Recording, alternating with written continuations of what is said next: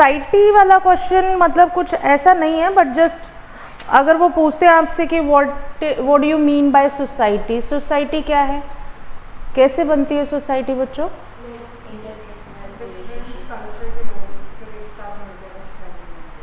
हाँ, सोसाइटी क्या होती है? सोसाइटी मतलब कि आर नेबरहुड, ठीक है ना। सोसाइटी हमारा नेबरहुड होता है, neighbourhood including buildings, people as well, ठीक है ना। तो बट जो वो बिल्डिंग्स होती हैं हम कहेंगे कि वो कैसे असर करती है, तो बच्चे जो बिल्डिंग होती है ना, इंफ्रास्ट्रक्चर हमें फैसिलिटीज़ देता है, हमारे आसपास किस तरीके की बिल्डिंग्स है, हमारा कैसा इंफ्रास्ट्रक्चर है, कैसे रहते हैं, that is also our society and people living in that area makes our society, ठीक है। We are also a part of society, right. तो वो कह रहे हैं कि explain the nature of society. Nature में बच्चे कुछ भी नहीं है, नेचर का मतलब ये है कि हम जैसे एरिया में रहते हैं, ठीक है, और जिस तरीके का एनवायरनमेंट हमारे आसपास है, ठीक है, that is what, that is society. यही नेचर है। नेचर क्या होता है? वो हमारे डेवलपमेंट को अफेक्ट करती है, ठीक है। डेवलपमेंट को, पर्सनालिटी कोई कैसे डेवलप होगी, that depends on the society as well, whether it's a tertiary factor, है ना। ये देखो, प्राइमरी फैक्टर की अगर हम बात करते हैं तो प्राइमरी फैक्टर कौन होता है? प्राइमरी फैक्टर हमारी फैमिली होती है। अब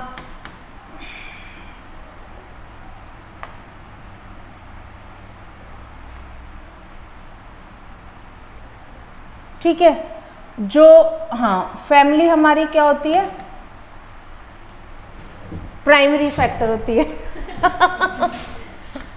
नहीं ठीक लग रहा? फैमिली हमारी प्राइमरी फैक्टर होती है। लो जी, थोड़ा कम कर लेते हैं, बट मुझे तो अच्छा लगा, ठीक है, फैमिली। और फिर हमारा सेकेंडरी फैक्टर कौन होता है? स्कूल होता है, ठीक। फिर हमारी क्या होती है? सोसाइटी होती है। ये किस बेसिस पे है? किस बेसिस पे है ये? कोई एक्सप्लेन करो, किस बेसिस पे है?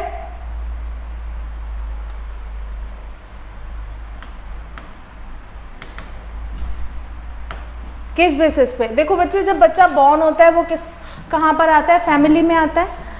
फैमिली में जिस तरीके का एनवायरनमेंट है, जैसी फैमिली है वैसी उसकी अपब्रिंगिंग हो जाती है। Upbringing like before going to school a child learns how to react, है ना। रिएक्शन उसकी फैमिली से आ जाते हैं। जैसे कि अगर हमने किसी फैमिली का बच्चा ऐसा आएगा, हमने उनको ऑर्डर किया sit down, they will sit down, है ना। किसी को बोला तो वो आप मतलब आपको आर्ग्यू कर रहा है, बात नहीं सुन रहा, बात करने का तरीका, ठीक है, वो सब चीज़ें कहाँ से आ चुकी होती है? फैमिली से आ चुकी होती है। और बहुत सारी चीज़ें जिसमें मदर का सबसे बड़ा रोल होता है ना, कैसे बोलना है, कैसे।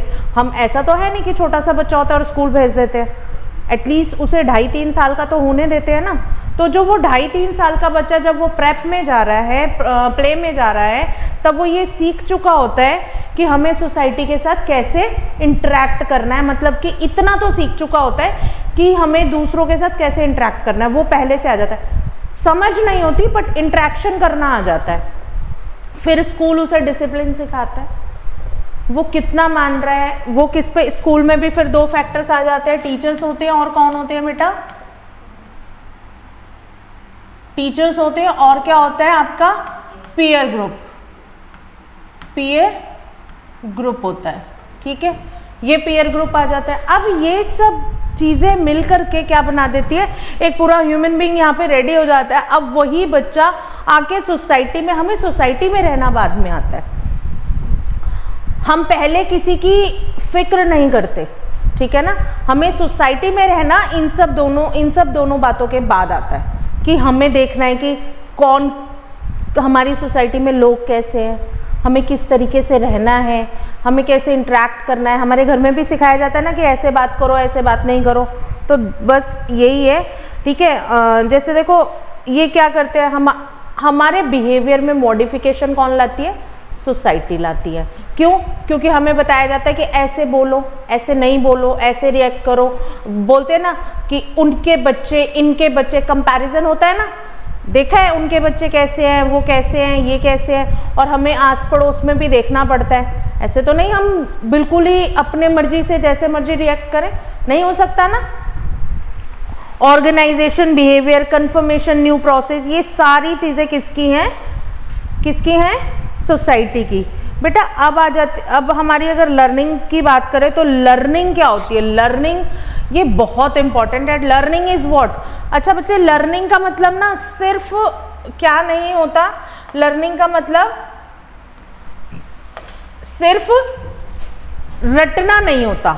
लर्निंग इज व्हाट, लर्निंग सीखना, हम कुछ सीख रहे हैं, और ये प्रोसेस जो होता है ये till the from the birth till the death रहता है, ठीक है। जब से बच्चा पैदा होता है तब से, जब हम, वो बोलना भी नहीं जानता, हम उसको इंटरेक्ट करने के लिए कैसे बोलते हैं, कुछ भी हम उसको बेबी कुछ भी बुलाते हैं ना, तो वो बच्चा हमें इंटरेक्ट करता है, ऐसे देखता है, उसको सिर्फ कुछ समय तक सिर्फ 2 कलर्स दिखते हैं, बट स्टिल वो देखता है, रिस्पॉन्ड करता है, स्माइल करता है, ठीक है ना। कुछ तो सीखा, कुछ सीखा ना, धीरे धीरे हम उसे कैचिंग, सारी धीरे धीरे हैबिट्स उसकी आ जाती है, मोटर डेवलपमेंट हो जाता है, कॉग्निटिव डेवलपमेंट हो रहा होता है, कॉन्टिन्यूस प्रोसेस है, ठीक है। मोटर डेवलपमेंट एक टाइम तक स्टॉप हो जाता है, क्योंकि फिजिकल डेवलपमेंट है। डेवलपमेंट भी 2 पार्ट्स में डिवाइड हो जाता है, एक फिजिकल होता है, एक इंटेलेक्चुअल होता है। जो हमारा कॉग्निटिव डेवलपमेंट होता है वो हमारी टिल द डेथ चलता रहता है। तो लर्निंग एक कॉन्टिन्यूस प्रोसेस है, बहुत इंपॉर्टेंट है सीखना, ठीक है। सीखना एक ऐसी क्रिया है जो हमेशा चलती रहती है, ठीक है बच्चे। अगर हम बात करते हैं तो लर्निंग से हम चेंज इन बिहेवियर ला सकते हैं। कैसे ला सकते हैं, एक बच्चा बहुत अच्छा नहीं है, मतलब या बैड बिहेवियर कर रहा है, ये कुछ भी, ये सबसे, गुड मॉर्निंग सर, ये बातें सबसे कब आती हैं, सबसे पहले कब आती हैं ये बातें आती हैं बेटा कब से, जब बच्चा घर में होता है, ठीक है ना। अब हम उसके बिहेवियर में धीरे धीरे चेंज करना शुरू करते हैं। आपको पता है बच्चा मिमिक्री करता है, बिल्कुल मिमिक करेगा, हम उसे डांटेंगे तो वो हम मतलब वापस से डांटेगा, गुस्सा करेगा, है ना। हम उसको जो बोलेंगे वो बिल्कुल टोटल उसको कॉपी करके वैसे ही काम करता है। तो हम क्या करते हैं, हम बच्चों को ये सिखाते हैं कि हमें ये करना है, ऐसा नहीं करना, डूज एंड डोंट डू सिखाते हैं। तो वो change in behaviour, desirable changes लाने के लिए लर्निंग बहुत ज़रूरी है। टाइम टू टाइम हम उनको क्या करते रहते हैं, काउंसिल करते रहते हैं, छोटे बच्चों से लेके बड़े बच्चों तक उन्हें समझाते रहते हैं, ऐसा करते हैं, ये बैड है, ये गुड है, लर्निंग चलती रहती है, ठीक है ना। लर्निंग यूनिवर्सल प्रोसेस, भाई ऐसा नहीं है कि आप स्कूल में जाके ही सीखते हो, या आप इंडिया में सीखते हो, या आप अमेरिका में सीखते हो, ठीक है, कोई पर्टिकुलर नहीं है। यहाँ का बच्चा भी लर्निंग करेगा, सिमिलरली किसी अदर कंट्री का बच्चा भी, किसी अदर कॉन्टिनेंट में रहने वाला भी लर्निंग करेगा। यूनिवर्सल प्रोसेस है, ये ह्यूमन बीइंग का नेचर है, even as per mental ability, intelligence, animals का भी नेचर है, ठीक है। एनिमल को ट्रेन कर देते हैं, जो पेट होते हैं वो ट्रेंड होते हैं। अभी गली में कोई सड़क पे, रोड पे काऊ जा रही है, तो हम गाय को अगर बोलते हैं तो वो नहीं सुनती है, ठीक है। अगर वो पेट होगी, ठीक है, अगर वो डोमेस्टिक है, पेट तो नहीं होती गाय, डोमेस्टिक एनिमल होती है, तो अगर वो डोमेस्टिक है तो वो कैसे रिएक्ट करेगी, सुनेगी, हटने के कहेंगे हटेगी, क्यों, क्योंकि उसको डेली एक कमांड की हैबिट हुई होती है, ठीक है ना, एक कमांड की। अच्छा, पेट और डोमेस्टिक 2 वर्ड्स यूज करें, मुझे डिफरेंस बता दो, what is the difference between pet and domestic.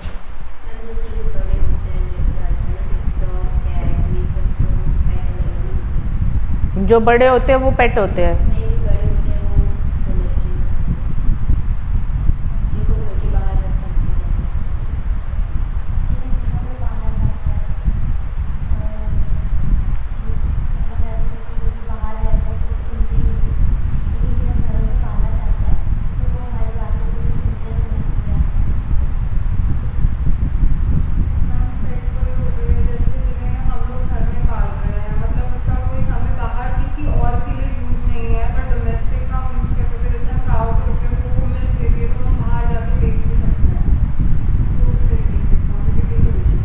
आप बताओ।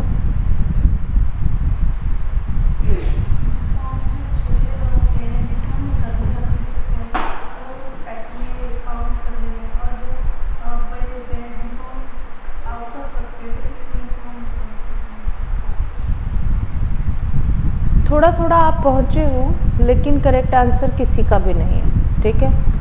There is a difference between pet and domestic animal, ठीक है। Pet animals we rear them for a recreation, ठीक है। रिक्रिएशन मतलब हम उन्हें अपने रिक्रिएशन के लिए, अपने शौक के लिए पालते हैं, ठीक है। पेट्स कोई भी हो सकते हैं, हम उन्हें अपने शौक के लिए पालते हैं, ठीक। पैरेट पाल लिया, रैबिट ले लिया, कुछ भी अनयूजुअल पेट्स भी पाल लेते हैं समटाइम लोग। हमारे यहाँ पे तो नहीं, बाहर के देशों में तो पता नहीं एलिगेटर कैसे पालते हैं, क्या उल्टे सीधे काम करते हैं, पाइथन पाल लेते हैं, सांप कौन पालता है, ठीक है। लेकिन हमारे यूजुअली पेट्स क्या होते हैं जो हम अपने शौक के लिए पालते हैं, रिक्रिएशन के लिए पालते हैं, ठीक है, अपने एंजॉयमेंट के लिए पालते हैं, उनसे एक अटैचमेंट के लिए पालते हैं, ठीक है।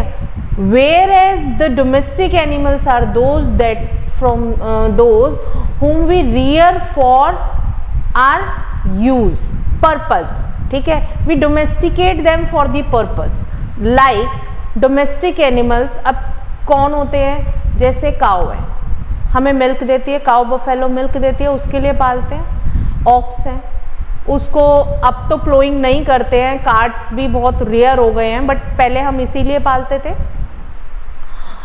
और अगर हम बात करें क्या नाम है हॉर्सेस की, तो वो क्या होते हैं, बीस्ट ऑफ बर्डन होते हैं। बीस्ट ऑफ बर्डन कौन से एनिमल्स होते हैं बेटा, बीस्ट ऑफ बर्डन, ये कौन से एनिमल्स होते हैं, ये एनिमल्स होते हैं जैसे हॉर्स, रिलेट करो जरा, एलिफेंट, कैमल, ये इनको बीस्ट ऑफ बर्डन क्यों कहा गया, they carry load for us, ठीक है, that's why they are calling beast of burden, ठीक है। कुछ टर्म्स बीच बीच में आ रही हैं तो बता दे रही हूँ, ठीक है। Learning is adjustment, right. Learning adjustment कैसे है जी, हम एडजस्टमेंट लर्निंग से करना सीखते हैं बेटा। हमें जैसे कि कोई नया लाइक अगर आप स्टडीज़ में ले लो, ठीक है, अगर हम पढ़ाई की बात करें तो हम उसमें कैसे एडजस्टमेंट करते हैं, हमारे पास पहले से कुछ कंसेप्ट्स होते हैं, हम उनको रिप्लेस करते हैं, नए कंसेप्ट्स को एक्सेप्ट करते हैं, रिप्लेसिंग करते हैं, ये भी एक एडजस्टमेंट हो गया। हमें पहले से कुछ और पता है, हमने उसमें कुछ मॉडिफिकेशन किए, चेंजिंग्स की, एडजस्टमेंट। और कैसे एडजस्टमेंट है, हम अपने बिहेवियर में एडजस्टमेंट लाते हैं, हम अपने कैसे बिहेवियर में एडजस्टमेंट लाते हैं, हमें कुछ चीज़ें नहीं अच्छी लगती but still we have to do that is adjustment, है ना। लर्निंग हमें कहाँ से आती है, एक छोटा बच्चा शेयरिंग नहीं होता, शेयरिंग हम कहाँ से सिखाते हैं, अपने घरों से सिखाते हैं। जब आपके सिबलिंग्स होते हैं तो बड़े बच्चे को सबसे पहले सिखाया जाता है कि वो छोटा है या वो छोटी है, दे दे उसको, ठीक है। कुछ पेरेंट्स थोड़े और अच्छे होते हैं जो ये सिखाते हैं कि आपका पार्ट आपके पास है, ये उसका पार्ट है। ये तो बड़े की लर्निंग हो गई कि वी हैव टू शेयर, हमारे से छोटा है तो शेयर कर देना चाहिए, बट बड़े का क्या कि पूरा दे दो, उसके पास क्या बचा, ठीक है। तो लर्निंग का मतलब बच्चे ये भी है कि हम जो थोड़े इंटेलिजेंट पेरेंट्स हैं वो क्या बताते हैं कि इट्स हिज पार्ट और हर पार्ट, ठीक है। आपको आपका पार्ट मिला है, आपको आपका शेयर मिल चुका है, अब उसका पार्ट है, आप उससे नहीं मांगो, ठीक है। जब दोबारा से डिस्ट्रीब्यूट होगा तब आपको दिया जाएगा। यू कैन रिक्वेस्ट हिम, ठीक है, but you can't cry for it, है ना।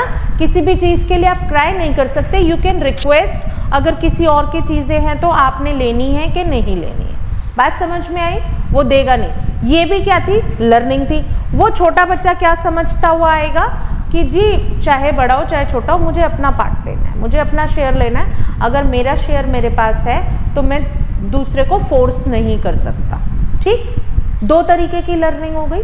तो बेटा एडजस्टमेंट लर्निंग सिखाती है। ऐसे बहुत सारे एडजस्टमेंट होते हैं, उसे अपने पास बिठा लो, कुछ भी, हमारे सारे पूरे बिहेवियर में एडजस्टमेंट लर्निंग की वजह से ही आता है, टाइम टू टाइम हमें सिखाया जाता है। गोल ओरिएंटेड होती है जो अभी चल रही है, गोल ओरिएंटेड है, मैं तुम्हें बिना बात के तो बता नहीं रही लर्निंग, मेरे क्वेश्चन आना है पेपर में इसलिए मैं तुम्हें लर्निंग पढ़ा रही हूँ, दैट इज गोल ओरिएंटेड। मैं तुम्हें कुछ भी उठा के नहीं पढ़ा दे रही, ठीक है ना, एक गोल होगा, एक सेट ऑफ क्वेश्चंस हैं कि जो तुम्हें करने हैं एजुकेशन में, कुछ भी तो नहीं करना, ठीक है। तो गोल ओरिएंटेड होती हैं। प्रोसेस ऑफ डेवलपमेंट मैं आपको पहले बता चुकी हूँ बेटा, प्रोसेस ऑफ डेवलपमेंट हमारी पर्सनालिटी जो डेवलप होती है ड्यू टू लर्निंग, वो क्या होती है कि पूरी पर्सनालिटी हमारी एक डिपेंड करता है। अच्छा, हम किसी को फर्स्ट टाइम जब देखते हैं तो हम उसको देखने के बाद क्या समझते हैं, हम क्या सोचते हैं उनके बारे में, एक पर्सनालिटी होती है, ठीक है। आप हम उनसे मिले, हमने उनको देखा, तो हम उनके बारे में क्या सोचते हैं, बताओ, हम उनके बारे में क्या सोचते हैं। जब हम किसी पर्सनालिटी से मिलते हैं, हम उसे देखते हैं, तो हम उनके बारे में क्या सोचते हैं, on the basis of appearance we are judging them, है ना, वी स्टार्ट जजिंग देम। हम एक पर्सनालिटी से अनुमान लगा लेते हैं कि सामने वाला बंदा कैसा है, उनको कितनी नॉलेज है, ठीक है। अगर कोई बहुत पढ़ा लिखा भी हो और खुद को ढंग से कैरी ना करे तो हमें क्या उसके ज्ञान का पता चलता है, नहीं, अनटिल अनलेस वो किसी चीज़ में पार्टिसिपेट नहीं कर रहा, वो बात नहीं कर रहा, तब तक हमें कुछ नहीं पता चलता। बात समझ में आ रही है। तो लर्निंग क्या है बेटा, हमारे डेवलपमेंट का पार्ट है, ठीक है। उससे हमें ये पता चल जाता है कि किसी की पर्सनालिटी देख के कि इसकी अपब्रिंगिंग कैसे हुई है, उसके बोलने के स्टाइल से हम सारी चीज़ों की जजमेंट कैसे करते हैं, फर्स्ट ऑफ ऑल अपीयरेंस से। That's why I told you in last class कि वेट, मुझे कुछ याद आ गया, हैप्पी वीमेंस डे बच्चों, ठीक है। तो हमें क्या पता चलता है बेटा, हमें पता चलता है कि मतलब उसके बात करने के स्टाइल से, उसके बातों को टैकल करने के स्टाइल से, उसके कॉग्निटिव, उसके मेंटल, उसके फिजिकल डेवलपमेंट, उसकी पर्सनालिटी, सब के बारे में पता चल जाता है, ठीक है ना।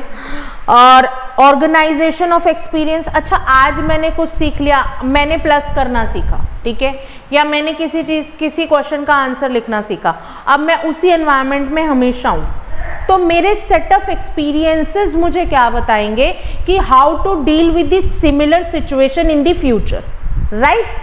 अगर मेरे पास वही सिमिलर सिचुएशन, बच्चे कैसे सीखते हैं, हम बच्चों को सिखाते हैं कि बेटा अगर हमें जैसे हम उनको प्लस सिखा रहे हैं, ठीक है, तो हम उनको कैसे सिखाते हैं, एक कोई भी सम लिख दिया, ठीक है। अब बच्चा उसमें जैसे मैंने उसको रियल लाइफ एप्लीकेशन सिखा रही हूँ, तो मैं एडिशन की सिखा रही हूँ, ठीक है। इसमें मैंने कुछ कीवर्ड्स बता दिए, मैंने बता दिया ऑल टुगेदर, ठीक है, मैंने बता दिया टोटल, मैंने बता दिया सम अप, ठीक है, मैंने बता दिया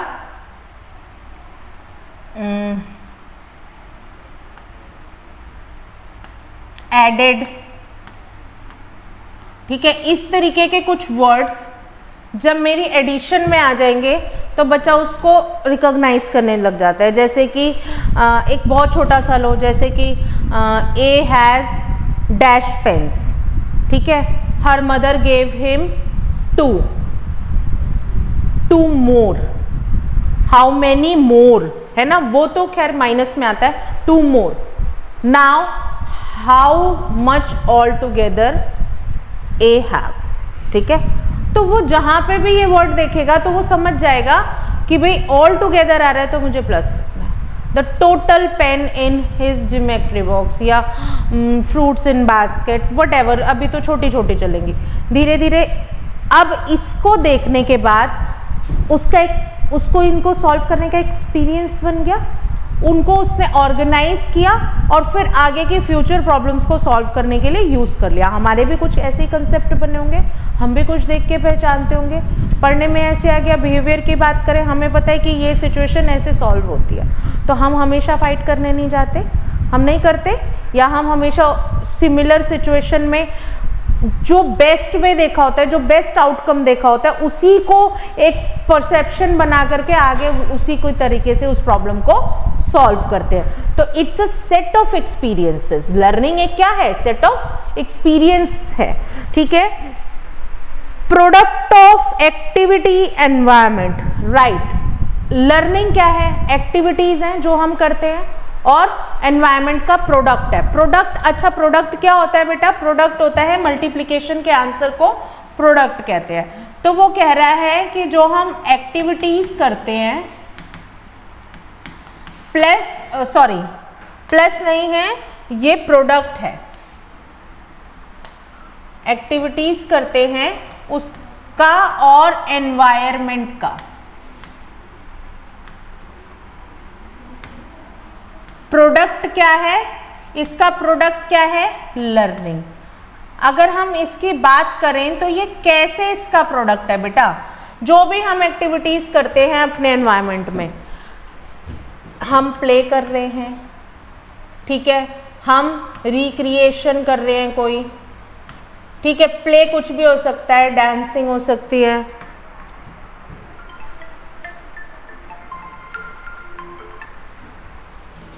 डांसिंग हो सकती है, ठीक है, सिंगिंग हो सकती है, आर्ट क्राफ्ट हो सकता है, कुछ भी प्रोजेक्ट हो सकते हैं, कुछ भी हो सकता है, ठीक है। ये कोई भी एक्टिविटी आप मतलब कुछ भी कर रहे हो, कुछ भी, ये सारी एक्टिविटीज़ कैसे होती हैं? इनसे हम कुछ ना कुछ सीख रहे होते हैं। कभी हम अकेले खेल रहे हैं, कभी हम टीम के साथ खेल रहे हैं, टीम के साथ खेल रहे हैं तो टीम स्पिरिट आ जाती है, ठीक है। मेरी इस क्लासमेट से मेरी बनती नहीं, ठीक है, बट इफ़ ही और she is in my team then we are working as a team, ठीक है। हम दूसरे स्कूल में जाते हैं then we are working as a team. हमें इस बात से मतलब नहीं है कि अब क्या है क्या नहीं है, हमने टीम वर्क सीख लिया। कोई किसी पेज से काम कर रहा है, कोई प्रोजेक्ट रिपोर्ट मिली है, कोई किसी पेज से काम कर रहा है, कोई किसी पेज से कर रहा है, तो हमने उसके लिए वेट करना सीखा। किस में सीखा? लर्निंग में सीखा। हम वेट करना सीख रहे हैं, हम किसी को डील करना सीख रहे हैं, ये सब हम किससे सीख रहे हैं? लर्निंग से सीख रहे हैं बेटा। कैसे लर्निंग से सीख रहे हैं? कि किसी का स्पेस बहुत ज़्यादा होता है, गर्मी लग रही है, किसी का पेस बहुत ज़्यादा होता है तो वो जल्दी से अपना काम पूरा कर लेता है, बट एक सबका वेट करने के लिए हमने कोई प्रोजेक्ट पे काम कर रहे हैं, हम एक डेडलाइन देते हैं कि सबको इस समय तक काम करना है, सबकी अलग अलग सिचुएशंस होती हैं, तो अपनी अपनी पर्टिकुलर सिचुएशन के अकॉर्डिंग वो क्या करते हैं? डील करते हैं। बात समझ में आ रही है? तो लर्निंग क्या है? टीम वर्क है। तो इन एक्टिविटीज से भी हम कुछ सीखते हैं कि भाई हमने अब बच्चे को कुछ दिया, उसने नेट पे सर्फिंग करी, इन्फॉर्मेशन निकाली, नेक्स्ट टाइम से वो कहेगा ऐसे नहीं करना, ऐसे सर्च करो, एक टोटल आ जाएगा। कभी कभी हम कुछ सर्च करते हैं, हमें जो पर्टिकुलर इन्फॉर्मेशन चाहिए होती है वो नहीं मिलती, and we are not satisfied with that. फिर वी आर सर्फिंग अगेन, है ना, अगेन हम उसको अलग अलग कमांड्स देते हैं कि जी हमें ऐसे चाहिए, हमें। अब तो एआई आ गया है, तो वो तो चैट जीपीटी और एआई के ज़माने में वो तो ऐसे बात करता है जैसे सामने से आपसे कौन बात कर रहा हो, कोई पर्सन बात कर रहा हो, ठीक। लेकिन जो पर्टिकुलरली हमें चाहिए, जो उसके एआई को बनाने वाला भी तो इंसान है ना, जो पर्टिकुलरली हमें चाहिए वो हमें कैसे मिलता है? जो हमारी थिंकिंग होती है। एआई को भी हमें कमांड देनी पड़ती है, जी मेरे लिए ये करके दो। समझ आ रही है? तो ये एक्टिविटीज से हमने कुछ सीखा कि हमने कैसे हम किसी रिजल्ट्स तक कैसे पहुंचते हैं, डिजायरेबल रिजल्ट्स तक। सपोज ये आ गया, फिर उसके बाद एनवायरनमेंट आ गया। एनवायरनमेंट क्या है बेटा? प्रोडक्ट। क्यों एनवायरनमेंट का प्रोडक्ट है?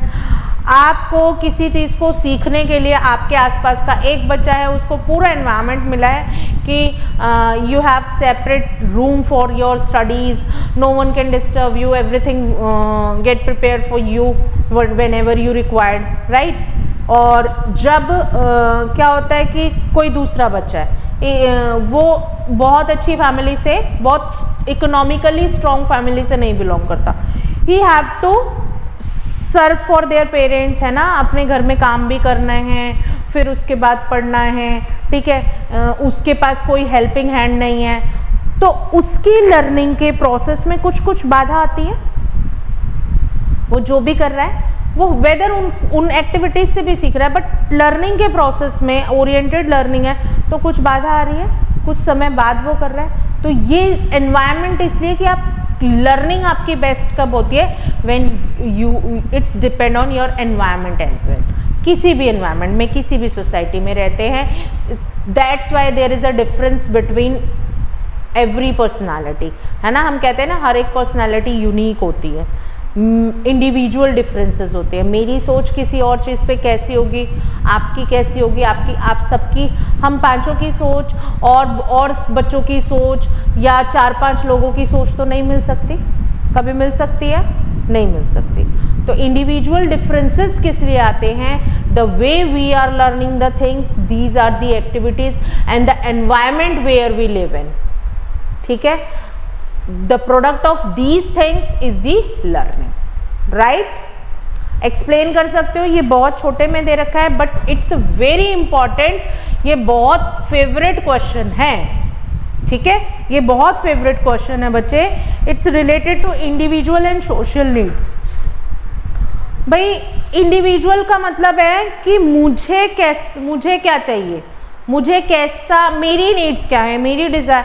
लर्निंग इस बात पे भी तो डिपेंड करती है। अब मैं यहाँ पे पढ़ा रही हूँ, ठीक है, मुझे स्पोर्ट्स खेलना तो नहीं आता होगा, मैं I can't be best to play cricket and other things, है ना।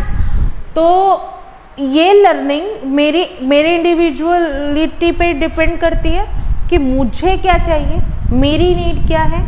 कोई अच्छा गाता है, कोई अच्छा लिखता है, एवरीवन कांट बी पोइट। अभी मैं कह दूँ जी एक पोएम सुना दो बना करके, तो टांगे टूटेंगी वर्ड्स की, कभी कुछ यूज़ करेंगे, हो सकता है कोई अच्छा भी हो।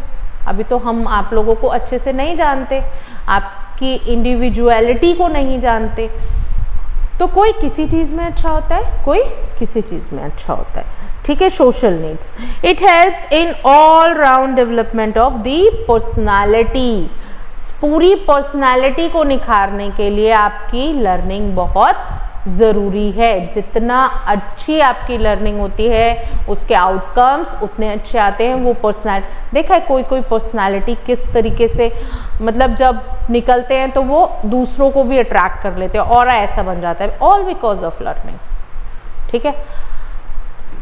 आपको अपने टीचर्स, आप खुद भी डिफ्रेंशिएट कर पाते होंगे। आप अपने टीचर्स को देखते हैं तब आपको कैसी वाइब्स आती हैं अलग अलग टीचर्स को देख करके। हम किसी नॉर्मल बंदे को देखते हैं तो कैसी वाइब्स आती हैं, राइट। तो ये सब क्या है, लर्निंग है, ठीक है। It is determined by conscious and unconscious experiences. बेटा conscious experiences and unconscious experiences means consciously you are learning here, ठीक है, और अनकॉन्शियसली कुछ कंसेप्ट्स आपके दिमाग में बैठ गए होंगे। Because I am teaching the subject education to you, that's why I always try to make my lesson unconscious for you. I am always trying, है ना। क्यों ट्राई करती हूँ, क्यों एक बात पे इतना एम्फसाइज करती हूँ, इतनी एक्सप्लेन करती हूँ, क्यों? सो दैट कि कोई जर्नल सी बात, भाई कॉन्शियस बैठे रहोगे यहाँ पे, कॉन्शियसली जो जाएगा वो चला जाएगा कुछ टाइम के बाद, but what ever is entering in your unconscious mind ना, वो आपको याद करने की जरूरत नहीं पड़ेगी। इसलिए हम क्या करते हैं, इसलिए हम कोशिश करते हैं कि आपकी रियल लाइफ से एवरी सिचुएशन को जोड़ दें, ठीक है। तो वो सिचुएशंस भूली नहीं जाते, फाइन। तो लर्निंग क्या है बेटा, कॉन्शियस के साथ साथ अनकॉन्शियस में जो आपके एक्सपीरियंसेस पड़े हुए हैं वो भी लर्निंग है। हमारी रिफ्लेक्स आर्क जो वर्क करती है, जैसे कि अभी कोई आए तो हम ऐसे, मतलब कोई हमारे को ऐसे करे तो हम ऐसे कर लेंगे, या कुछ, या मतलब एकदम से रोशनी आती है तो हम इस तरीके से कर लेते हैं। तो ये सब चीज़ें क्या है, ये हमें सोचना पड़ता है कि ऐसे ही करना है, ऐसे नहीं करना, या यूँ नहीं करना, मतलब हमेशा तो ऐसे नहीं करते। अभी मतलब हमें कुछ चोट लगने को होगी तो हम उसको धक्का देंगे, पीछे को करेंगे, पर जब आंखों पे रोशनी ज़्यादा आई तो हम एकदम से ऐसे करते, तब तो उसको धक्का नहीं देते ना। समझो, वो तो रिफ्लेक्स एक्शन है, लेकिन ये हमारे अनकॉन्शियस माइंड में ये बात पता है कि हमें कब ऐसे करना है, कब ऐसे करना है। बहुत सारी चीज़ें है ना, ये तो मैंने पर्सनली बता दी कि जो अनकॉन्शियस चीज़ें होती हैं वो हमें पता होती हैं कि हमें किस सिचुएशन में कैसे रिएक्ट करना है। Whether are reflex arc is sending message to the brain कि भाई अभी तो मैं, ब्रेन कहता है कि भाई अभी मैं ना रिलैक्स कर रहा हूँ। एक्चुअल में क्या होता है, रिफ्लेक्स एक्शन कब वर्क करता है, ब्रेन किसी और काम में बिजी होता है उस समय में, ठीक है। हम एकदम से डर जाते हैं या कुछ हो जाते हैं, तो हम जब बिल्कुल अलर्ट रहते हैं, अभी तुम्हें अगर पता है मैं तुमको ऐसे करने वाली हूँ, ठीक है, तुम ऐसे ही रहोगे, क्योंकि तुम्हारे ब्रेन को पता है, वो एक्टिव है, डराएगी और क्या करेगी, है ना, पता होता है ब्रेन को। ब्रेन बिजी हो गया, उसने कहा कि चलो जी भाई मेरे को थोड़ा रेस्ट दे, मैं थोड़ा कुछ और सोच रहा हूँ, अपने काम में बिजी है ब्रेन। तो ब्रेन बाकी के बॉडी पार्ट्स को, बाकी के बॉडी सेल्स को बोल के जाता है, जी भाई जब मैं इस क्लासरूम से, अगर तुम बैठे हो तो अगर मेरे को अपनी क्लास खाली छोड़नी होती है, अगर आप छोटे बच्चे हो तो मैं किसी और टीचर को बोलती हूँ कि मैडम प्लीज़ 2 मिनट आप मेरी क्लास में खड़े हो जाइए। क्यों? क्योंकि मुझे पता है मेरे बच्चे छोटे हैं, ठीक है, इनको नहीं पता कि कैसे रिएक्ट करना है, 1 मिनट में लड़ाई भी हो सकती है, कुछ भी हो सकता है, ठीक है। तो ऐसे ही हमारा ब्रेन होता है, ठीक है। हम एक सिंगल सेकेंड भी अगर हमारा ब्रेन वर्क ना करे ना, तो हम सिर्फ और सिर्फ क्या है, एक बॉडी का स्ट्रक्चर है, एक स्केलेटन विद मसल्स मास है, ठीक है। तो ब्रेन कहता है कि लो जी मैं थोड़ा सा काम कर रहा हूँ, मैं इधर बिजी हूँ, तुम संभाल लेना। तो हमारी reflex arc, even every cell is get ready, ठीक है। रिफ्लेक्स आर्क की पूरी 33 वर्टिब्रल कॉलम, वहाँ के सेल सब रेडी हो जाते हैं कि अब कोई कुछ करेगा ना तो हम फटाफट से रिएक्ट कर देंगे। तो ब्रेन कहीं और बिजी होता है, इसलिए हमारा डरना, चौंकना, इस तरीके की बातें संभव होती है, लेकिन हम अपने आप को प्रोटेक्ट कर लेते हैं, ठीक है। कोई, हम देख रहे हैं कोई जानबूझ के चाय गिराएगा तो हम, हमारे ऊपर चाय गिरने वाली होगी, हमें पता है हमें लगेगी, तो हम ऐसे डर नहीं जाएंगे, हम उसको हटाएंगे, हम कोशिश करेंगे। लेकिन अचानक से जब होता है तो हम उसको रिस्पॉन्ड करते हैं, हम डर जाते हैं। क्यों डर जाते हैं? क्योंकि उस समय ब्रेन कहाँ पे होता है, कहीं और होता है, और अनकॉन्शियसली हमारी बॉडी वर्क कर रही होती है, जो रिफ्लेक्स आर्क करवाती है। क्लियर हो गया? ये मैंने कहानी के रूप में सुनाया ताकि आपको ये बातें लर्न रह जाए, वरना मैं ये कह सकती थी कि बेटा जब हम रिफ्लेक्स आर्क का एक्शन जो होता है वो ये होता है कि भाई जब हमें कोई भी सडन सिचुएशन आती है, जो हम सडन मूवमेंट करते हैं, वो रिफ्लेक्स आर्क की वजह से होता है। पर ये कहानी इसलिए थी कि तुम्हें याद रह जाए अनकॉन्शियस माइंड में। ये सबसे बड़ा एग्जाम्पल है हमारी अनकॉन्शियस लर्निंग का, एक्सपीरियंसेस का। Learning is the fundamental process of life, right, ठीक है। इसको तो डिफाइन कर ही नहीं सकते हम कि फंडामेंटल कैसे है। फंडामेंटल क्या है कि भाई सब ये बेटा मतलब फाउंडेशन है, ठीक है। लर्निंग फाउंडेशन है किसी पर्सनालिटी को। अभी एक बच्चे को, जैसे हम एक टीवी सीरियल कार्टून देखते थे मोगली, ठीक है ना, जंगल बुक। जंगल बुक में वो बच्चा, अब मोगली क्या होता है, अपने माता पिता से बिछड़ जाता है। तो बेटा जब वो माता पिता से बिछड़ जाता है तो क्या वो ह्यूमन की तरह बिहेव करता है? नहीं, वो बोलता हुआ दिखाया गया है ताकि हम समझ लें, ना तो जानवर बोलते ना हमने एक्चुअल में जो टार्जन्स वगैरह देखे हैं अगर कभी, तो वो बोलना नहीं जानते। वो कैसे रिएक्ट करते हैं? जैसे एनिमल, उनकी भाषा नहीं होती क्योंकि उन्होंने किसी को बोलते हुए नहीं सुना होता, ठीक है ना, बोलते हुए नहीं सुना होता। तो ये जो बेटा क्या है, ये फाउंडेशनल स्किल है। लर्निंग आपकी क्या है, एक बेसिक है। क्रिएटिव और एक्टिव होती है।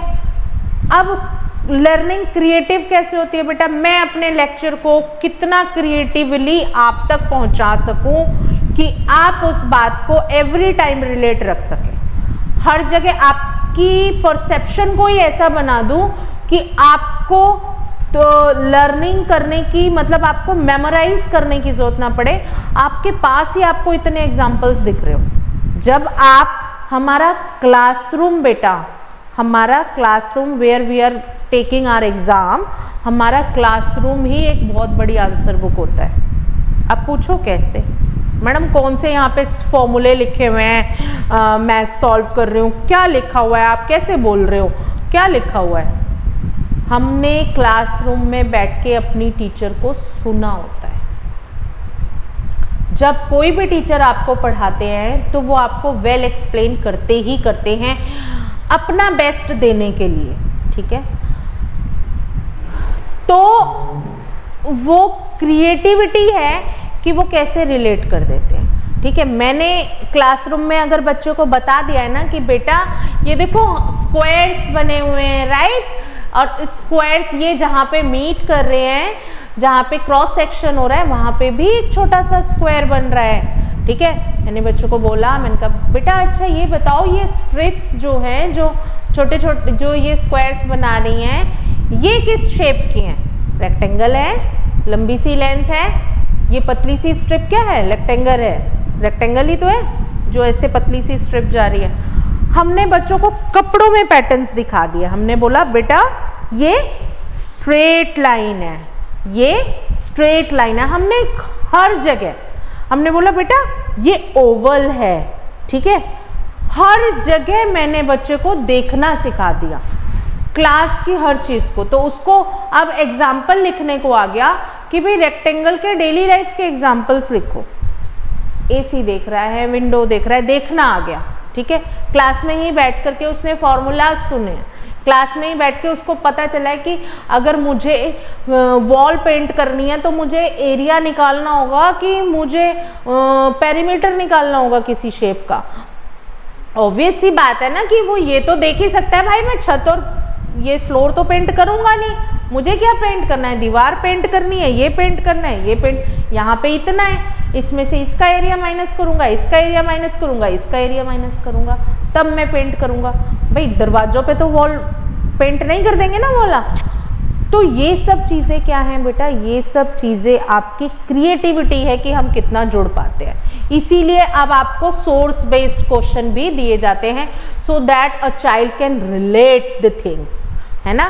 कहते हैं कि एक बूढ़ा है, एक बच्चा पूरे दिन खेलता है, या वो बीमार हो गया है, वो पेल हो गया है, तो वो बड़ी जल्दी लेथार्जिक फील करता है, उसको किस चीज़ की कमी है बताओ। अब फूड चैप्टर पढ़ा रहे हैं, हमने तुम्हें बता दिया कि भाई आयरन की कमी से ये होता है, ये होता है। तो बच्चे को रिकॉग्नाइज करवाने के लिए, उस सिचुएशन में डालने के लिए क्यों कहानी बताई गई, सीधा पूछ लो भाई कि खून की कमी होने पे क्या हो जाता है, बात खत्म। पर ऐसा होता है, अब ऐसे डायरेक्ट पूछा जाता है? नहीं, यही क्रिएटिविटी है। और एक्टिव पार्टिसिपेशन क्या है भाई? मैं तो आपसे अभी भी पूछ रही हूँ, एक्टिवली पूछ रही हूँ, ठीक है। आप जवाब दे रहे हो, हम बात कर रहे हैं, दैट इज एक्टिव, ठीक है। इंटेलेक्चुअल होती है, बिना इंटेलिजेंस के लर्निंग तो नहीं आनी, नहीं होनी। हमने देखा है ना, जो स्पेशल चाइल्ड होते हैं उनको बातों को समझने में, रिकॉल करने में दिक्कत होती है, ठीक। Learning is relationship between stimulus and response. भाई अभी मैंने बोल दिया, very good class, clap for her, बहुत अच्छा आंसर दिया है, तो बच्चा दोबारा से ट्राई करेगा, ठीक है। दिस इज व्हाट रिवॉर्ड है ना। मैंने उसको रिवॉर्ड दिया, सबसे क्लैपिंग करवा दी, क्वेश्चंस पूछ लिए, वो मोटिवेट होगा कि मैं और आंसर्स दूं, कि आगे मेरे लिए क्लैपिंग होगी, आगे मैम मुझे प्यार करेंगी, है ना, मुझे एक एप्रिशिएशन मिलेगा गुड राइटिंग के लिए। छोटे बच्चों की नोटबुक में कुछ टीचर्स सिर्फ स्टार बना देती हैं, ठीक है, कुछ उसको क्या कर देती है, डिफाइन कर देती हैं, ठीक है, कुछ क्या देती हैं, आइसक्रीम दे देती हैं, ठीक है, और पूछ भी लेती हैं, ठीक है। स्टार, आइसक्रीम, ये हमें मिलते थे। हमारी मोटिवेशन सिर्फ पता है क्या होती थी? गुड, वेरी गुड और एक एक्सीलेंट। इसके बाद और एडजेक्टिव्स यूज होने लगे, fabulous, outstanding, mind blowing, keep it up, well efforted, ठीक है, मतलब hard work, keep going on, ठीक है। तो ये सब चीज़ें जब आपको मिलने लगी तो हमें क्या लगता है कि टीचर ने कीन ऑब्जर्वेशन करी है कि बच्चे ने कितना मेहनत की है, कितनी मेहनत करी है। तो ये सब क्या होते हैं? रिवॉर्ड होते हैं। स्टिमुलस क्या है? यही स्टिमुलस है बच्चे के लिए कि उसे ये पता है कि मुझे ये लाने के लिए, मैं तो ये लाने के लिए काम करती थी। हमें वैसे मेन वेरी गुड मिलता था, एक्सीलेंट जब हम बड़े हो गए थे तब मिलने लगा था। जब मैं छोटी थी तो हमें लास्ट वेरी गुड मिलता था। तो मैं इस चीज़ को रिलेट कर पाती हूँ, इस वेरी गुड को on an every page. Every page means to say every ending of the work मुझे चाहिए था, ठीक है। तो उसके लिए मैं क्या करती थी, पूरी कोशिश करती थी कॉपी को ऐसा सजा सजा के लिखना, ठीक है, काम जल्दी करना, लेकिन वो मेरे लिए क्या था? स्टिमुलस था ना, कि उसके लिए काम करना है, ठीक है। और स्टिमुलस के लिए रिस्पॉन्स होता है, जैसे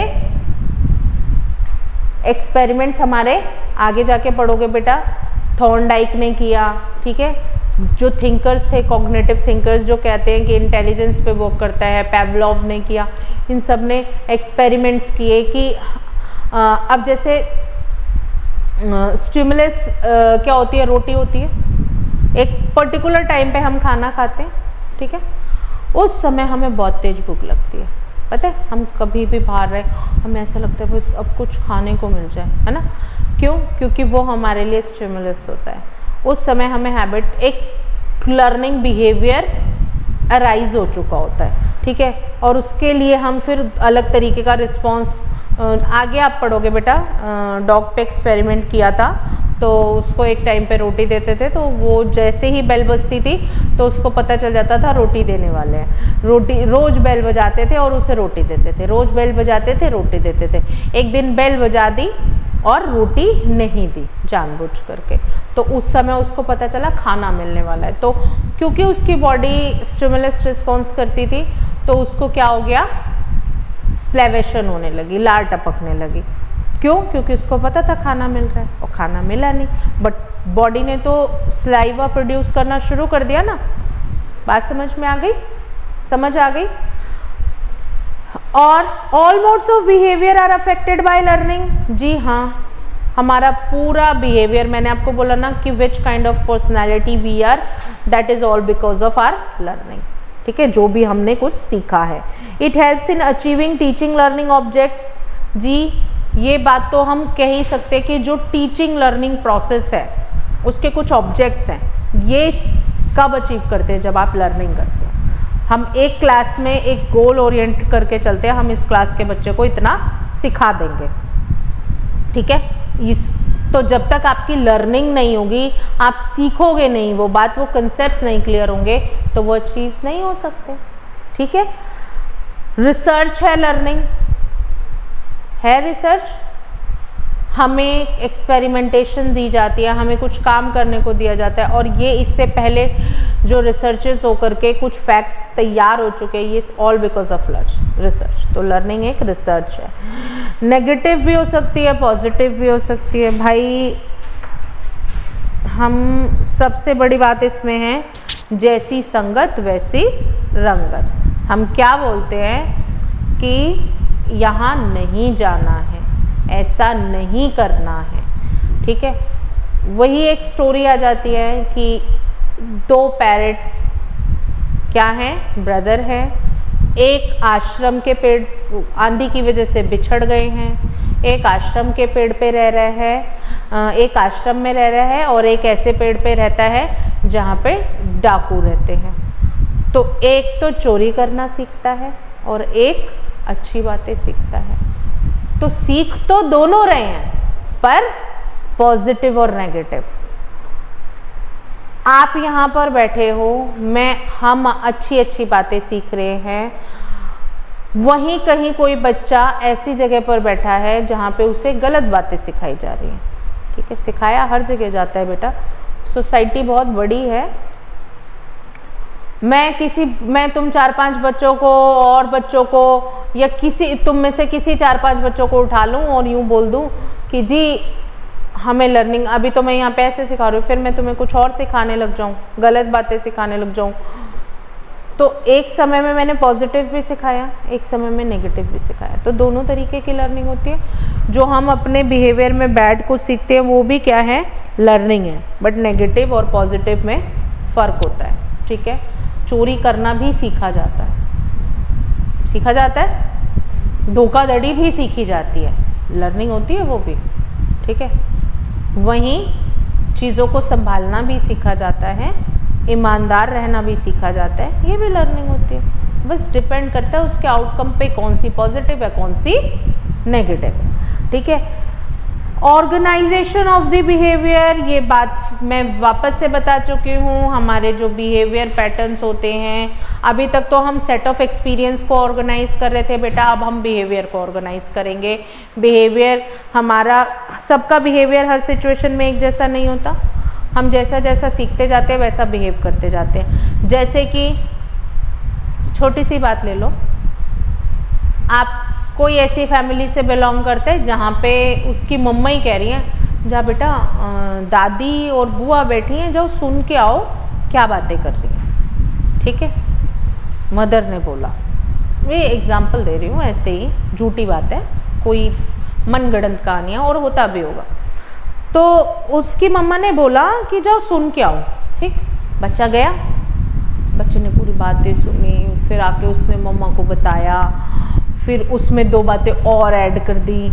ऐसा होता है ना, हम बिल्कुल एज इट इज़ तो नहीं बता पाते, यहाँ पे डायरेक्ट इनडायरेक्ट स्पीच तो चल नहीं रहा कि मैडम ने ये कहा कि नहीं ना, उसमें तो बाउंडेशंस होती है ना, you can add anything else, पर यहाँ पे तो कोई बाउंडेशन ही नहीं है, आप क्या ऐड कर रहे हो क्या नहीं ऐड कर रहे हो, कोई बाउंडेशन नहीं है। अब आपने क्या किया बेटा, एक मदर है, बच्चे ने आके, बच्चा रैंडमली वहाँ पे प्ले कर रहा है और कोई कुछ बात कर रहा है, वही दादी बुआ बात कर रही है, एक बच्चा है, तो उसने आके बोला मम्मा दादी या कोई ऐसे बात कर रहा था, ऐसे बोल रहा था आपके बारे में। ठीक, तो मदर ने बोला नो, आपको ऐसे, वो ऐसे ही बोल रही होंगी, क्यों मम्मा आपको नहीं डांटती, आपको नहीं कहती, मम्मा ने गलती की थी या कुछ है। बच्चे को उस बात से रिलेट नहीं होने दिया। ठीक है, बच्चे को रिलेट नहीं होने दिया, बच्चों को नहीं फंसाया इन सब बातों में, क्योंकि जो बच्चे इन सब बातों में फंस जाते हैं वो पढ़ते ही नहीं है। ठीक है, बच्चों को नहीं फंसाया, बच्चों को छोड़ दिया कि you are free to behave on your own. ठीक है, हम आपको अच्छी बातें सिखाएंगे, आप अपने तरीके से बिहेव करने के लिए फ्री हैं। ठीक है, तो उस बच्चे की लर्निंग में और उस बच्चे की लर्निंग में फ़र्क पड़ेगा। कैसे फ़र्क पड़ेगा, एक बिहेवियर आ जाएगा। अब की बार ना, पहली बार उसने क्या बोला, सुन के आओ, जिसकी मदर ने, दूसरी बार उसकी मदर को बोलना नहीं पड़ेगा, उसकी आदत डेवलप हो जाएगी, ये बिहेवियर डेवलप हो जाएगा कि कोई भी बात कर रहा है तो हम सुने। वो देखा है ना, कुछ लोगों की हैबिट होती है सुनते रहे, मतलब आपको ज़बरदस्ती इंटरप्ट करते रहेंगे, आपकी पर्सनल लाइफ में घुसते रहेंगे।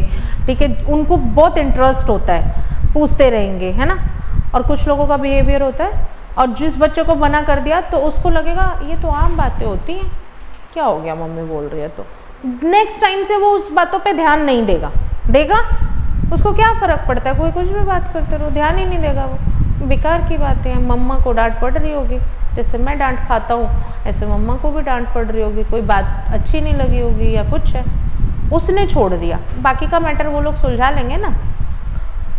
ये ऑर्गेनाइज हो गया ना एक बिहेवियर।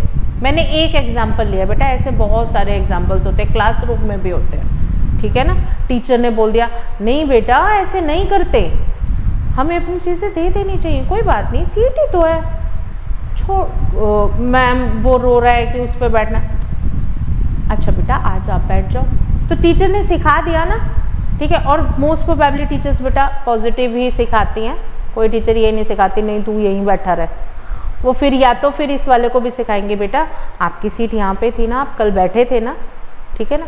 तो दोनों को इक्विवेलेंट रख के सिखाएंगे, पार्शियल तो बहुत ही कम होती होंगी, मुझे नहीं लगता, आजकल के टाइम पे नहीं होते, पहले होते हो तो बात अलग है, पर आजकल के टाइम पे तो पार्शियल नहीं होते, अच्छे टीचर्स तो नहीं होते पार्शियल, ठीक है। उनके लिए each and every child is important, चाहे वो उसको आता है चाहे वो उसको नहीं आता, ठीक है बेटा। ऑर्गेनाइजेशन ऑफ बिहेवियर हो गया, basis of changes in behaviour क्या होता है, लर्निंग इज प्रिडिक्टेड, हम कह देते हैं ये बहुत आगे जाएगा, ये हम प्रिडिक्शंस कर लेते हैं ना छोटे से बच्चे की, उसके बिहेवियर पे, उसके हम कहते हैं बहुत अच्छा बनेगा ये तो पंडित बनेगा, बड़े लोग होते हैं ना उनके पैर छू लो, छोटे बच्चे राम राम कर देते हैं तो वो छूटते ही कहेंगे अरे वाह बेटा ये आपका बच्चा बहुत अच्छा बनेगा, वो प्रिडिक्शंस लगा देते हैं ना उसके बिहेवियर पे। तो जो आपके बिहेवियर को देख के हम प्रेडिक्शन, यहाँ पे जो बच्चे बैठे हुए हैं उनको देख के हम भी तो प्रेडिक्ट करते हैं ना, ये बच्चा इतना सिंसियर है तो ये आगे जाएगा, ये नहीं पढ़ते, ये पढ़ती ही नहीं है तो ये कैसे जाएगी, है ना, हम भी प्रेडिक्ट करते हैं बट हम बोल नहीं सकते, प्रेडिक्शन हमें भी हो जाती है बट हम लोग नहीं बोल सकते, किसी को डीमोटिवेट नहीं कर सकते, उन बच्चों को हमें बस मोटिवेट करना होता है। देखो बच्चे जितना पढ़ोगे उतने रंगत आएगी, आप सोचो कि सुनने से बहुत हेल्प होगी, लेकिन एक बार अगर रीड करोगे, खुद को टाइम दोगे तो आप you can do very very well, ठीक है ना, बट मेहनत तो करनी पड़ेगी। Learning is the confirmation of the process, confirmation of the process का मतलब है बेटा अब मैं कंफर्म्ड हूं कि आपको ये चीजें आ जाएंगी, किसी प्रोसेस की कंफर्मेशन, अगर मैं लर्निंग कर रही हूँ कुछ गोल ओरिएंटेड है, मुझे पता है ना ये बात सीख ही जाएगा बच्चा, मैं उसे टेबल सिखा रही हूँ, मैं उसे कोई कंसेप्ट सिखा रही हूँ, मैं उसे थर्मोडायनेमिक्स सिखा रही हूँ, मैं उसे ग्रेविटेशन पढ़ा रही हूँ या मैं उसे प्लांट्स पढ़ा रही हूँ, कुछ भी एडिशन मैथ्स पढ़ा रही हूँ, कुछ भी पढ़ा रही हूँ, ठीक है, मेरे को कंफर्मेशन है कि वो सीख जाएगा, किसी प्रोसेस की कंफर्मेशन कि ऐसे करेंगे तो ये इतना आएगा ही आएगा। हम लिखते हैं ना ऑब्जेक्टिव्स, किसी को भी करने से पहले हम जो ऑब्जेक्टिव्स लिखते हैं वो किस लिए होते हैं, वो यही होते हैं कि ये कंफर्मेशन होती है उस प्रोसेस की, ठीक है, कि मैं इस ऑब्जेक्टिव से बच्चों को ये चीज़ें सिखा रही हूँ, ठीक है। Learning is acquisition of habits and knowledge, बेटा एक्विजिशन का मतलब होता है कि अपने आप में समावेश करना, ठीक है, किसी भी हैबिट, आपकी कोई हैबिट फॉर्म हो गई है, हम कहते हैं ना कि इतने सालों की आदत है इतनी जल्दी कैसे जाएगी, बच्चे हैबिट्स नहीं छूटती, आप भूल सकते हो, प्रॉमिस टूट जाते हैं, सब कुछ टूट जाता है पर आदत नहीं जाती। अगर आपकी आदत कोई डेवलप हो चुकी है 5-6 साल तक, 8 साल तक, तो समझ लो, अगर 8 साल तक कोई आदत रह गई ना तो समझ लो फिर वो वही रहेगी। कोई एग्रेसिव है ना तो वो एग्रेसिव ही रहेगा, बिल्कुल माइंड चेंज हो जाए तो बात अलग है, नहीं तो वो वैसे ही रहेगा, आप काउंसिल करते रहो, जो मर्जी करते रहो, घूम फिर करके वहीं आ जाएगा। आदतें नहीं छूटती, तो इसलिए समावेश किसका है, आदतों का। अभी मैं आपको समझा रही हूँ, कोई बच्चा ऐसा होगा अभी घर जा कर के तांडव करता होगा, गुस्सा करता होगा, वैसे शक्लों से तो नहीं लग रहे हो तुम पर गुस्सा भी आता होगा, मेरी चीज़ कहाँ है, मैंने मना किया था ये नहीं छेड़ना, ये वो रोज़ समझाया जाता है बेटा ऐसे रिएक्ट नहीं करते, बेटा ये नहीं करते, पर नहीं, अगर अपना कुछ नहीं मिला तो घर में तांडव है, ये एक हैबिट डेवलप हो चुकी होती है, ठीक है। लड़कियों की थोड़ी बाद में छूट जाती है, depends on the family where they are gone, है ना, जहाँ पे गई हैं उस पर भी फ़र्क पड़ता है, कैसे दबा के रखा जाता है या कैसे रखा जाता है, आज भी होता है, सब बेकार की बातें हैं, ठीक है। न्यू नॉलेज हैबिट्स और न्यू नॉलेज, अब कुछ ना कुछ तो इतनी क्लासेस में आए हो, आपकी बॉक्स में कुछ ना कुछ तो ऐड होता गया होगा मुझसे इंटरेक्ट करने के बाद भी, तो हम जो न्यू नॉलेज गेन करते हैं वो भी क्या है, लर्निंग है, हमारी हैबिट्स भी क्या है, लर्निंग है, changes due to learning are permanent. जी ये तो बहुत बड़ी बात है, हमने अगर किसी से कुछ सीख लिया है ना बेटा तो वो परमानेंट बन जाता है। जैसे मेरे कुछ टीचर्स का इफ़ेक्ट मुझ पे पड़ा होगा, मेरा टीचिंग स्टाइल थोड़ा सा डिफरेंट है। मैं पूरी कोशिश करती हूँ कि क्लास में बच्चे को ये पता भी ना चले, उनको बस लगे हम बातें कर रहे हैं, ठीक है। सुनेगा बच्चा तब जब उसको लगेगा कि हमसे इंटरेक्ट कर रहे हैं। जब उसे लगेगा ना पढ़ा रहे हैं तो वो बैठे बैठे भी कहीं खो जाएगा। क्यों? क्योंकि क्या लगता है कि भाई ठीक है ना, सुन रहे हैं, बुक में भी तो लिखा हुआ है, पढ़ लेंगे। पर जब हम बातें करते हैं ना तो उसके कुछ कंक्लूजन्स बनाते हैं, कुछ अपने दिमाग में रखते हैं, ठीक है। तो अच्छा ये मुझे क्यों अच्छा लगा होगा, मुझे क्यों अच्छा लगा होगा, मैंने ये क्यों अडेप्ट किया होगा कि while I am teaching to my student I will try to connect them with real life, I would try to discuss everything with them. मैं पढ़ के सिर्फ इतना नहीं बोल दूंगी कि लर्निंग से जो चेंज आते हैं बेटा वो परमानेंट होते हैं, वो कभी भी नहीं भूले जाते। चलो आ जाओ नेक्स्ट टॉपिक पे।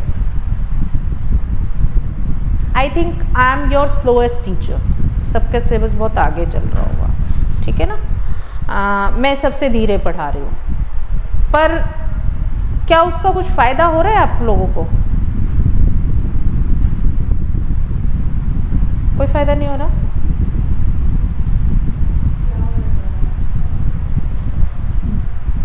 कहीं से भी ऐसी फील आती है कि अभी क्वेश्चन आ जाएगा तो हम लिख देंगे। मैं इस क्लासरूम से जाऊं, जितने क्वेश्चंस पे हमने डिस्कस करा है, without giving you book, are you able to write anything on your answer? इतना भरोसा है कि कुछ लिख पाओगे और अच्छा लिख पाओगे? आता है ये भरोसा? नहीं आता तो मना कर दो ना। आता है तो बस यही लर्निंग है, यही परमानेंस है, इसी को परमानेंस बोलते हैं बेटा। और मेरे पास ऐसा क्यों आया होगा? क्योंकि हम भी कैपेबल हो जाते थे अपनी कुछ टीचर्स के क्लास में। Can you imagine a history और a social study can be a good subject जिसको छूने का मन नहीं करता। I also have a kind of teacher with in 9th and 10th, she is fabulous भाई। बुक सिर्फ वो हमसे बातें करती थी, पर वो ऐसी बातें कर लेती थी कि हमें पता चल जाता था कि हमें कैसे करना है। हेलो बेटे, मैं अभी क्लास में हूँ।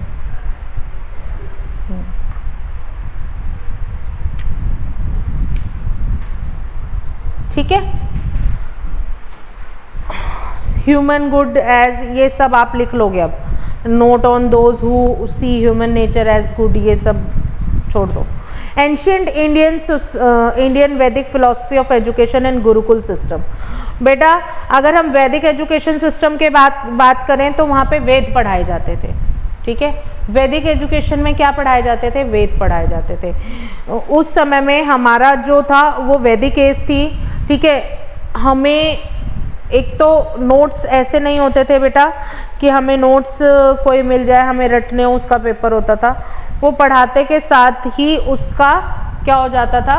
टेस्ट भी हो जाता था। कोई कंसेप्ट सिखाया गया, कुछ बताया गया और हमें बताया गया कि साधारण जीवन जीना है या कैसे रखना है या खुद को। तो उनकी लाइफ भी जब एक गुरुकुल्स में और जगह पढ़ाया जाता था ना, तो बाल वाल सब रिमूव कर दिए जाते थे, एक चोटी रखी जाती थी ताकि बाकी चीज़ों पे ध्यान ना रहे, एक नॉर्मल से कपड़े पहनाए जाते थे। ये एंशियंट टाइम की एजुकेशन की बात कर रही हूँ, ठीक है। कथा, उपनिषद, ये सब चीज़ें पढ़ाई जाती थी, ठीक है।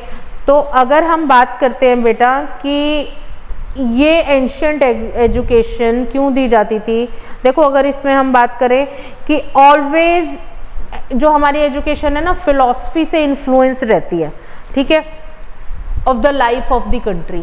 हमारी कंट्री में कैसा रहा है ठीक है, हमारा एंशियंट हिस्ट्री हमारी क्या कहती है, हमारी कंट्री का एक बिहेवियर कैसा रहा है, पैटर्न, वो एजुकेशन पे आता ही आता है। उस तरीके की बाहर के देशों में हम जाते हैं, उनका लाइफस्टाइल, उनका सोचना सब कुछ अलग होता है।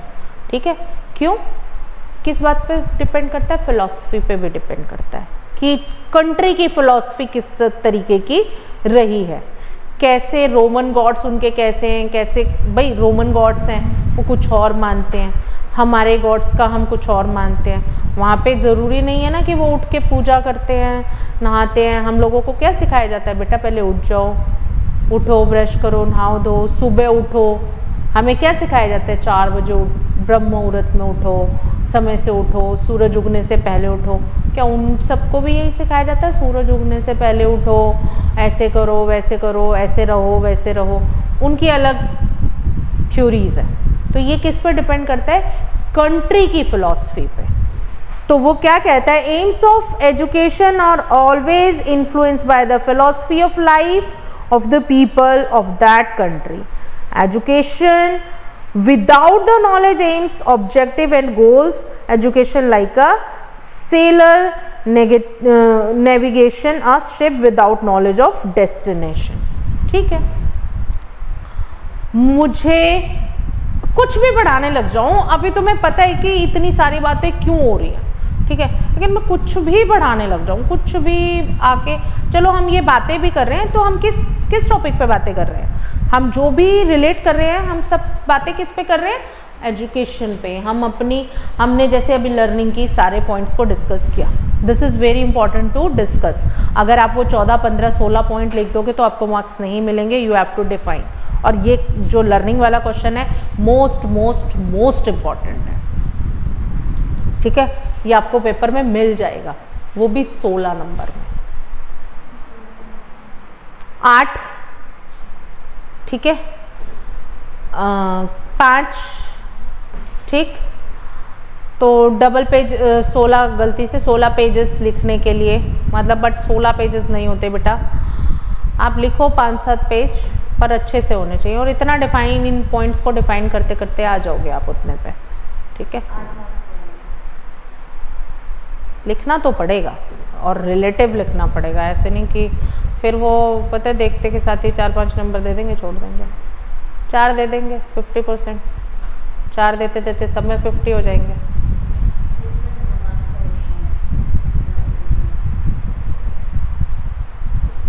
कम से कम 100 शब्द कम से कम होने चाहिए। स्कूल के बच्चों को तो 30-40 वर्ड्स लिखने होते हैं, 5 नंबर में 100 शब्द लिखने होते हैं उनको, 100-150, लेकिन आपको लिखने पड़ेंगे क्योंकि आपको डिफ़ाइन करना है। आपका पेपर ना डिस्क्रिप्टिव है, ठीक है, आपको डिफ़ाइन करना है, आपको दिखाना है।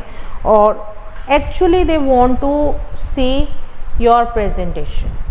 पूरा नहीं पढ़ेंगे, लेकिन प्रेजेंटेशन और हाईलाइटेड पॉइंट्स पढ़ लेंगे।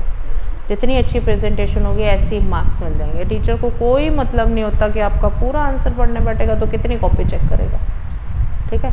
लेकिन अगर बच्चे ने उसको, वो ये देखता है कि स्किल कितना अच्छा है, कितनी क्रिएटिविटी है, पॉइंट्स डाला है, पॉइंट्स के हाईलाइट कर दिए, पॉइंट डिफाइन कर दिया, अरे वाह क्या आंसर लिखा है बच्चे ने। हमारे पास भी आती है कभी कभी ऐसी कॉपीज़ जो हमें लगता है कि अरे वाह क्या आंसर लिखा, मन खुश हो गया जी। फिर हम कॉपी सर्कुलेट करते हैं, मैडम देखो इस बच्चे ने कितना अच्छा आंसर लिखा है, सर देखो कितने अच्छे से डिफ़ाइन करा है। हम भी बात करते हैं, और हम तब भी बात करते हैं कि देखो मैडम ये बच्चा पागल बना रहा है, क्या करें, कितने नंबर दें, तब भी बात करते हैं। मजबूरी में देने पड़ते हैं। पर जी उस समय की वैदिक जो होती थी बेटा, फॉर्मेशन ऑफ कैरेक्टर, हमारे राम, कृष्ण, ये सब गुरुकुल गए, अपना घर छोड़ा, लग्जूरियस इतने थे, सारी लग्जरी छोड़ दी, ठीक है। क्या पहन के गए थे, धोती, एक गमछा, ठीक है, कुर्ता भी नहीं, भिक्षा मांग करके, इकट्ठा करके या लकड़ियाँ बीन करके लाते थे, सुनते थे, तीर चलाना सीख रहे हैं। सब कैसी नॉलेज थी, प्रैक्टिकल नॉलेज थी, ठीक है। अशोका वर्बल बता दिया जाता था, किसी स्टोरी को सुनाया जाता था, कोई प्रॉब्लम्स रखी जाती थी स्टोरी वाइज और फिर उनको सॉल्व करने को कहा जाता था, एक्टिव पार्टिसिपेशन कहा जाता था अच्छा ऐसा होगा तुम इससे, उनको टास्क दिए जाते थे परफॉर्म करने के लिए। गुरुजी बैठ करके एक कथन सुनाते थे, एक पाठ बाँचते थे या उनको बताते थे, वो उनसे सुनते थे, सीख लेते थे, ठीक है। ऐसे उनकी करेक्टर फॉर्मेशन की जाती थी। करेक्टर फॉर्मेशन में उनको टास्क दिए जाते थे, बताया जाता था, फिर कहा जाता था ये बच्चा पास हो गया है, ठीक है। लाइकवाइज एक स्टोरी है, एक गुरुजी सच्चा शिक्षार्थी ऐसे करके स्टोरी है। तो उसमें क्या होता है, वो जो गुरुजी होते हैं वो अपने स्टूडेंट्स को देखना चाहते हैं कि जो मैंने शिक्षा दी वो किसने एक्चुअल में ग्रहण करी, ठीक है। ये कॉपी किताबें ये सब नहीं लिखवाते थे। उन्होंने बोला कि मेरी बेटी की शादी है, ठीक है, और सब बच्चों से अलग अलग बोला, कहते आप लोग अपने घर में नहीं बताना, लेकिन मेरी बेटी की शादी है और मेरे पास धन कम है, मुझे धन चाहिए, ठीक। तो धन चाहिए, तो धन के लिए उन्होंने क्या किया कि हर कोई मुझे सहायता करे, लेकिन वो धन अगर आप किसी को बता करके लाएंगे तो मेरे लिए व्यर्थ हो जाएगा, ठीक है, गुप्त होना चाहिए। तो उस गुप्त के लिए फिर क्या करना पड़ेगा, चोरी करनी पड़ेगी घर में, पेरेंट्स को बता नहीं सकते क्योंकि गुरुजी ने तो मना कर दिया था मैं एक्सेप्ट नहीं करूँगा। हाँ, तो क्या किया उन्होंने,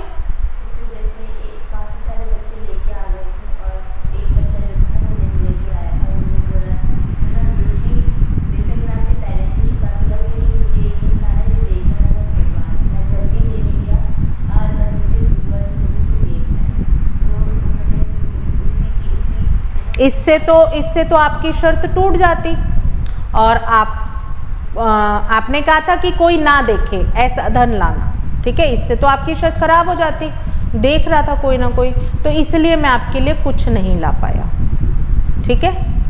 तो गुरुजी यही बोलते हैं कि तू ही मेरा सच्चा छात्र है, ठीक है। क्यों है सच्चा छात्र शिक्षार्थी, क्यों है वो, क्योंकि बेटा गुरुजी ने कभी एक कंसेप्ट सिखाया होगा। हम कहते हैं ना बच्चे ऐसे नहीं करते बेटा, जब हमें कोई भी नहीं देख रहा होता तो हमें भगवान जी देख रहे होते हैं। तो करेक्टर फॉर्मेशन वैदिक एज में किया जाता था। अभी भी करेक्टर फॉर्मेशन के लिए हमारे स्कूल के करिकुलम में नैतिक शिक्षा जैसी बुक्स लगाई जाती हैं। कई स्कूल्स मोंटेसरी ये सब नहीं अलाउ करते, लेकिन वैसे लगाई जाती हैं क्योंकि वो यीशु वगैरह की बुक्स पढ़ाते हैं, बट करिकुलम में हमें नैतिक शिक्षा की बुक लगाई जाती है, ठीक है ना। महाभारत, रामायण और दूसरी स्टोरीज। अच्छा, क्यों लगाई जाती है महाभारत, रामायण, उनसे भी तो हमें कोई शिक्षा मिलती है, राम जैसे करेक्टर की, ठीक है। मर्यादा पुरुषोत्तम बोलते थे उनको, ठीक है, बोलते हैं, ठीक। महाभारत से हमें क्या सीख मिलती है,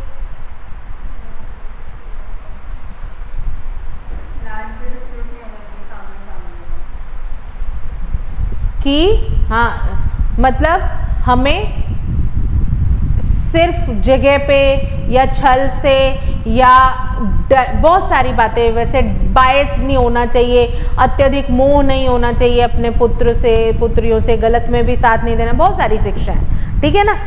इन्फ्यूजन ऑफ रिलीजियसनेस, बेटा रिलीजियसनेस कैसे डालते हैं हम, जब हमें वैदिक एज पढ़ाई जाती थी तो शास्त्रों में क्या लिखा है, हमारे वेदों में क्या लिखा है, उपनिषद में क्या लिखा है।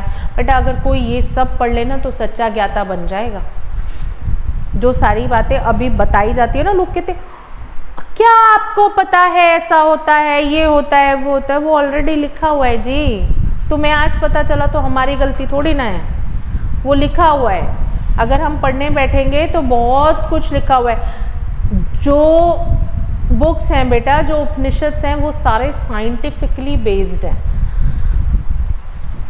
कहते हैं कि अब मान लो ये हम लोगों को सब पागल कहते हैं अंधविश्वास है, गंगा में नहाने से पाप धुल जाते हैं, ऐसा क्या होता है, ये क्या होता है, वो क्या होता है।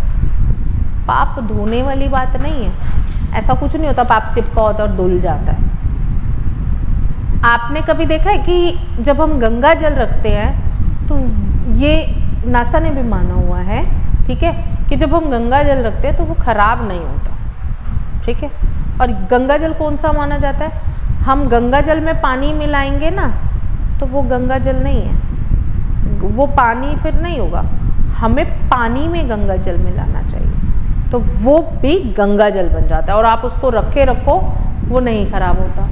अच्छा, ये तो फिर कहेंगे कि अंधविश्वास है, पता नहीं क्या है ना, लेकिन ये बेटा उसमें कुछ ऐसे बैक्टीरियाज हैं, गंगा जल में ऐसे बैक्टीरियाज प्रेजेंट हैं जिस पानी को आप सालों तक रखो वो खराब नहीं होता, उसमें कोई स्मेल नहीं आती, कोई इस तरह के वो बैक्टीरिया उसको लगातार डिस्ट्रॉय कर रहे होते हैं, ठीक है।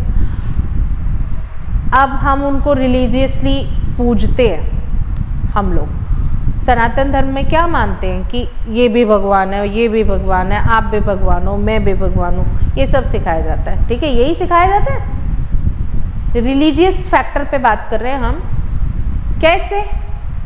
कहने का मतलब है कि जो भी सोल है, हमें गीता में कहा गया है ना कि आत्मा अजर है, अमर है, ठीक है, सिर्फ क्या है, ये बॉडी रूपी वस्त्र चेंज करती है, ना कभी नैनम छिदंती शस्त्राणी नैनम दहती पावका न चैनम क्लेदियादम को, ठीक है। यानी कि क्या मतलब है कि ना तो ये काटने से कटती, ना कोई शस्त्र काट सकता, ना इसको कोई भी कुछ भी कोई डिस्ट्रॉय नहीं कर सकता, सिर्फ क्या चेंज कर लेती है, अपने वस्त्र चेंज कर लेती है। आज मनुष्य के शरीर में, किसी और के शरीर में जाएगी, ऐसे ऐसे।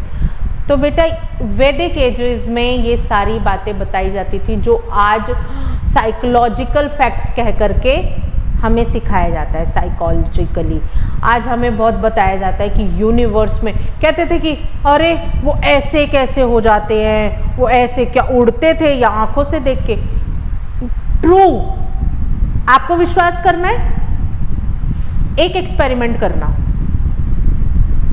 आपने ये सुना है कि कौन से, मुझे जगह का नाम नहीं याद आ रहा, वहाँ पे ना जब उन्हें कोई पेड़ काटना होता था ना तो वो काटते नहीं थे, मेरे को जगह का नाम नहीं याद आ रहा, वो लोग क्या करते थे, रोज जाते थे सारे मिल करके और उसको अपशब्द बोलते थे, पेड़ को रोज जाते थे अपशब्द बोलते थे, रोज जाते थे अपशब्द बोलते थे, वो पेड़ सूख गया।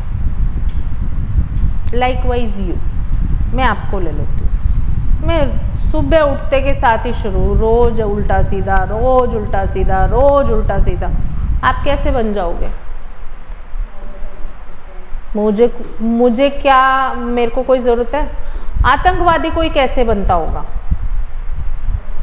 हमें कोई कह दे कि इसको मार डालो तो हम, दया आएगी? दया भी सिखाई जाती थी वैदिक एज में। जो नीति युद्ध होते थे, महाभारत जैसा इतना बड़ा युद्ध जिसमें करोड़ों लोग मारे गए थे, वो भी नीति युद्ध था बेटा। शाम को सूर्यास्त के बाद शंख बजता था और वहीं आसपास रहते थे पर एक दूसरे को नहीं मारते थे, उपचार किए जाते थे, एक दूसरे से मिलने जाया जाता था आराम से। ये नहीं कि अब आ गया ले मार दे इसे, अब तो यही है। क्या नीति है? क्या नीति है? कोई नीति है? अब हमें कोई कह दे चले जाओ तो भैया पता है कि मार देंगे पकड़ के, तब वो खुले जाते थे, मिल करके आ जाते थे, पितामह से रोज मिलने जाते थे। उसके बाद उनके रात को उपचार हुआ करते थे, बहुत सारी बातें, इधर के बंदे उधर जा रहे, उधर के बंदे उधर जा रहे, क्योंकि रात है। सूर्योदय के बाद कुछ समय बाद औरतों बच्चों को अलग रखा जाता था, अब तो जो मिल जाए सब मार दो, ठीक है ना। तो नीति युद्ध थे, वो नीतियाँ सिखाई जाती थी। और जो मैं आपको बता रही थी ना, आप एक काम करना, आप एक कोई भी पौधा लेना, आप उसको डेली पॉइंट आउट करना, ठीक है, डेली उसको कुछ कह के देखना, वो नहीं रहेगा, नहीं रहेगा। या आप डेली एक काम करना, डेली एक काम करो, खुद को देखो मिरर में और खुद को अप्रिशिएट करना शुरू कर दो। 1 वीक करके देखना, ठीक है। खुद को अप्रिशिएट करना शुरू कर दो कि आई एम सो ब्यूटिफुल, मैं बहुत ब्यूटीफुल हूँ, मैं अट्रैक्ट कर रही हूँ, ये कर रही हूँ, और ऐसा होने लग जाएगा, आपका सेल्फ कॉन्फिडेंस बूस्ट हो जाएगा। तो बेटा इसी बात पे हमारा अध्यात्म जो था, हमारे वैदिक शिक्षा जो थी निर्भर करती थी। जो हमारे यूनिवर्स में शक्ति है ना, उनको अट्रैक्ट कर पाते थे, वो सब हमें ऐसी शिक्षा दी जाती थी, ये सब सिखाया जाता था। कैरेक्टर फॉर्मेशन कर दी, टास्क दे करके ऐसी ऐसी परिस्थितियों में डाल दिया, उसके बाद उससे निकाल लिया बेटा। फिर उसके बाद रिलीजियस फैक्टर्स पे आ गए, सबकी इंपॉर्टेंस बताई। ट्री सच में हमें पूजा करनी चाहिए। हमें कहते हैं ना क्यों पूजा करते हैं, कहते पीपल की पूजा करते हैं, पीपल को ये मानते हैं, वो मानते हैं, बड़ देव को मानते हैं। भाई peepal is the only tree which gives oxygen at night as well. नहीं तो रात को बाकी के पौधे हमारी तरह बिहेव करना शुरू कर जाते हैं, बट पीपल नहीं करता है ऐसा। कोई भूत प्रेत नहीं रहता पीपल पे। पीपल पे 3 देवों का निवास होता है, जो हमारी एंशिएंट स्टडीज कहती हैं। और अगर आप साइंटिफिकली मानो, आप साइंस से सब कुछ प्रूवन हो चुका है, आप साइंटिफिकली मानो तो ऑक्सीजन देते हैं, तो भाई पूजा तो करोगे ना। एक वृक्ष है जो आपको सारा टाइम, आप उसके सामने रात को भी रह सकते हो, तो पूजा करें। हमें खाना दे रहा है, भरण पोषण कर रहा है, वी शुड थैंकफुल, है ना। तो इस पे ठीक है, रिलीजियस फैक्टर पे हम रिवर की पूजा करते हैं। Without water life is not possible. Sea का पानी तो नहीं पी सकते।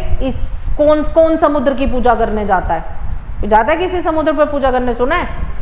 पूजा करने किस पे जाते हैं? नदियों पे जाते हैं। नदियों की मान्यताएं हैं। क्यों मान्यताएं हैं? क्योंकि जहाँ जहाँ से नदियाँ गुजरी हैं बेटा, उस लैंड को फर्टाइल कर दिया है। ठीक है, अगर हम दोनों को कॉन्सिक्वेंटली जोड़ दें तो हमारे पास रीजंस हैं मानने के। ये रिलीजियस फैक्टर्स में आपको बताया गया, डायरेक्ट एजुकेशन से जोड़ दिया गया। गॉड बुद्धा ने अगर गौतम बुद्ध, जैन जी, इन सब के बारे में अगर हम पढ़ते हैं, ये भी बुक्स लगाई जाती हैं। ठीक है, अगर इनकी लाइफ हिस्ट्री क्यों पढ़ाई जाती है?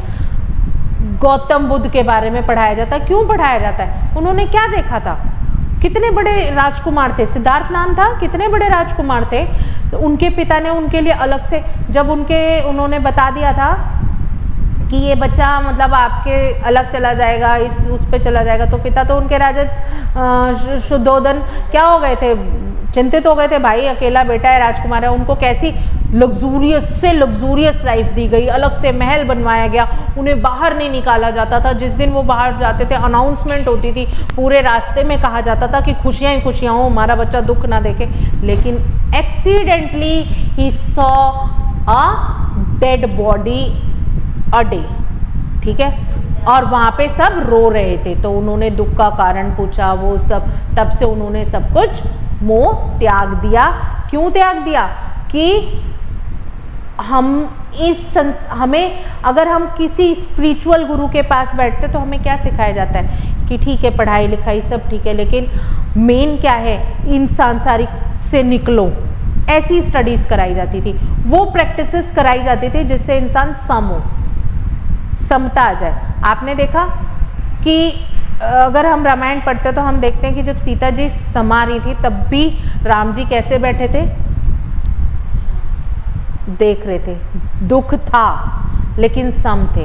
कहते ना, अति नहीं थी, अत्यधिक खुश नहीं थे, अत्यधिक दुखी नहीं थे। कोई चीज़ मिल गई अत्यधिक खुश हो जाना, कोई चीज़ ना मिली अत्यधिक दुखी हो जाना, ये सब चीज़ें कौन सिखाता है?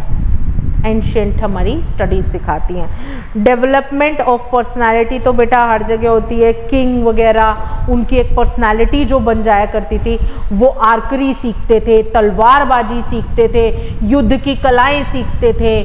ठीक है, दुर्ग तोड़ते थे, प्रैक्टिसेस करते थे, अपने आप को सेफ करते थे। ये सब कैसे करते थे? उनकी एक पर्सनालिटी कैसी हुआ करती थी?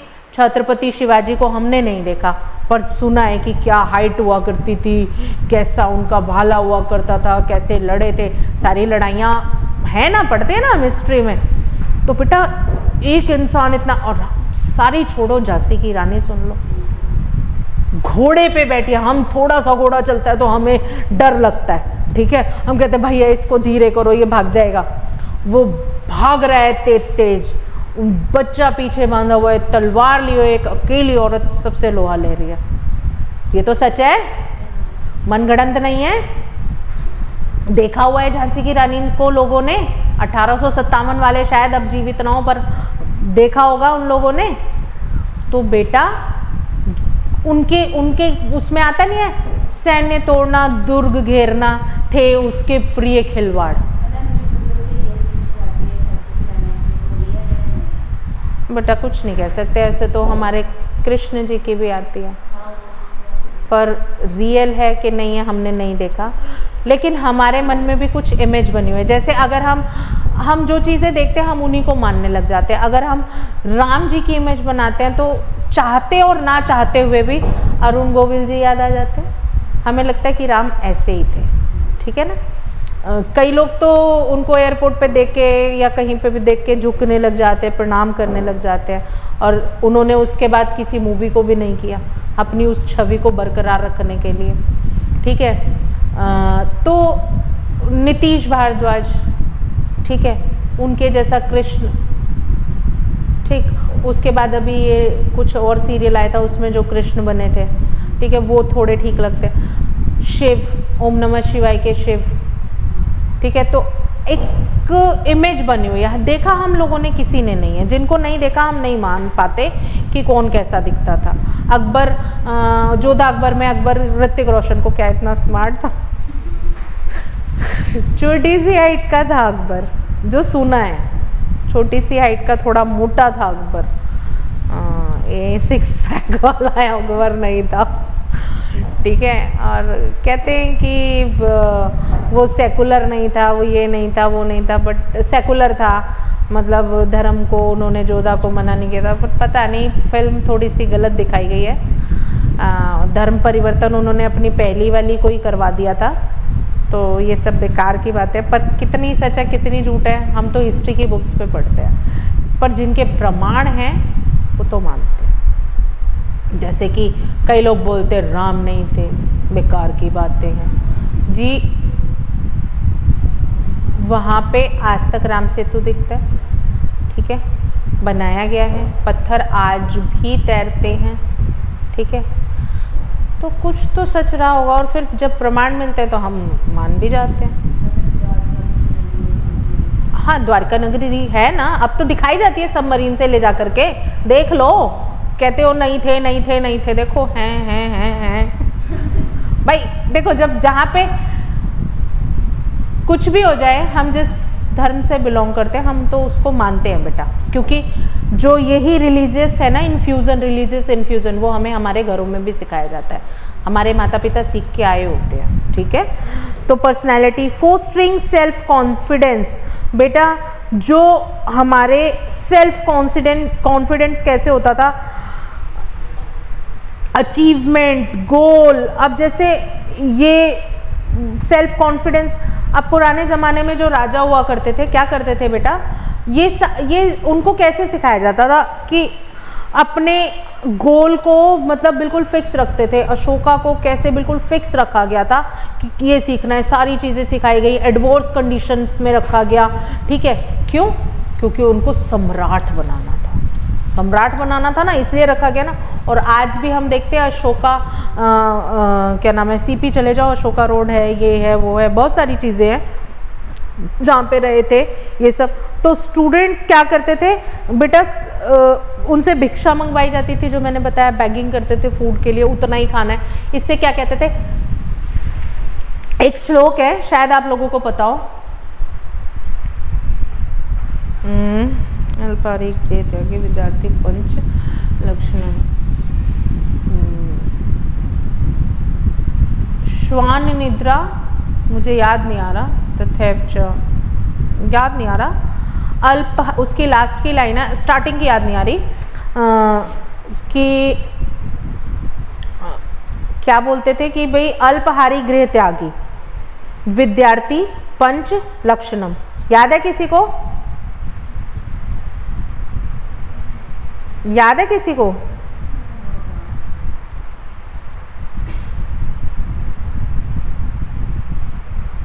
हाँ, काक चेष्टा बको ध्यानम, श्वान निद्रा तथैव च, अल्पहारी गृह त्यागी विद्यार्थी पंच लक्षणम। काक चेष्टा।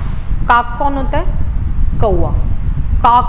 काक का कौवा, यानी कि किसकी तरह कि विद्यार्थी को बाकी सब चीजें छोड़ देनी चाहिए। काक चेष्टा का मतलब होता है कौवे की तरह ना, मतलब कौवा कितना सतर्क रहता है, ठीक है। बको ध्यानम, बकुले की तरह ध्यान लगाने वाला। वो कैसे ऐसे करके ध्यान लगा के एक टांग पे खड़ा हुआ था मछलियों को पागल बनाने के लिए, ठीक है। बको ध्यानम, ठीक है। काक चेष्टा, बको ध्यानम और श्वान निद्रा। आप जा रहे हो यहाँ पे, श्वान कौन होता है? डॉगी, ठीक है, संस्कृत में सो रहा है। ऐसे आपने दूर से यूं किया ना, वो यूं देखने लग जाता है 1 सेकंड में। श्वान निद्रा यानी कि कुत्ते की तरह नींद, ठीक है। अल्पहारी, भाई बहुत सारा खा लोगे तो मम्मा नींद आ रही है, तभी उनको भिक्षा दे करके खिलाया जाता था, ठीक है, ताकि जब पेट थोड़ा खाली रहेगा ना तो समय से उठा जाएगा। और गृह त्यागी, अभी भी कुछ शिक्षा दी जाती है, बेटा कुछ बनना है ना तो छोड़ दे सब कुछ, भूल जा दोस्त परिवार, जब बन जाएगी ना तब आइयो, तब सब कुछ कर लियो, ठीक है ना।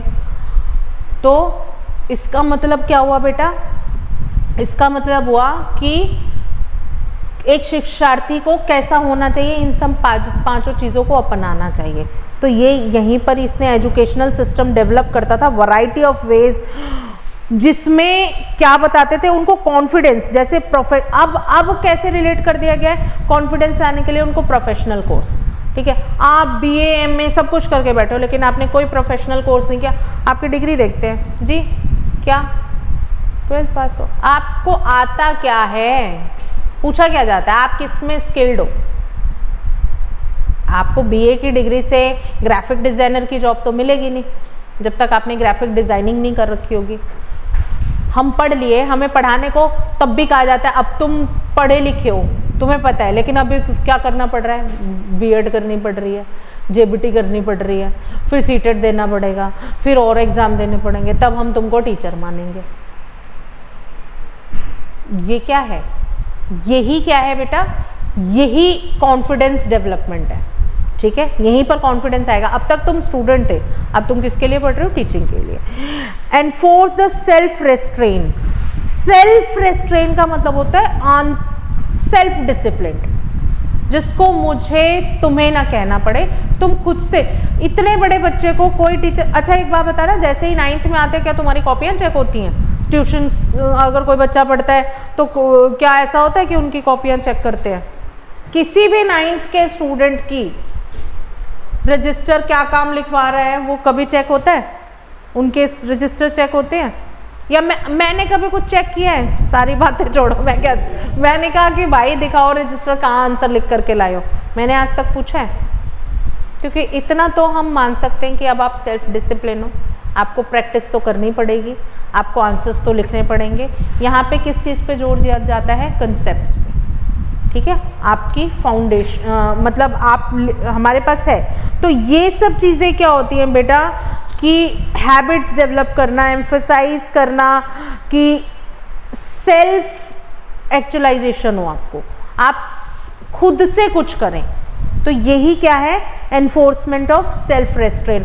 उनको आंतरिक रूप से इतना स्ट्रॉन्ग कर दिया जाता था कि वो उस काम को करें। पहले के राजा वगैरह या जो लेते थे तो उनकी एक बहुत चीज़ें डिफाइंड होती थी, कोई हो ना हो वो उसी तरीके से बिहेव करते थे, ठीक है, ठीक है ना, उसी तरीके से करते थे ना। कितने डिसिप्लिन तरीके से रहा जाता था। एक राजा की कितनी रानियाँ होती थी, ना लड़ाइयाँ करते थे ना कुछ करते थे, ढंग से रहते थे।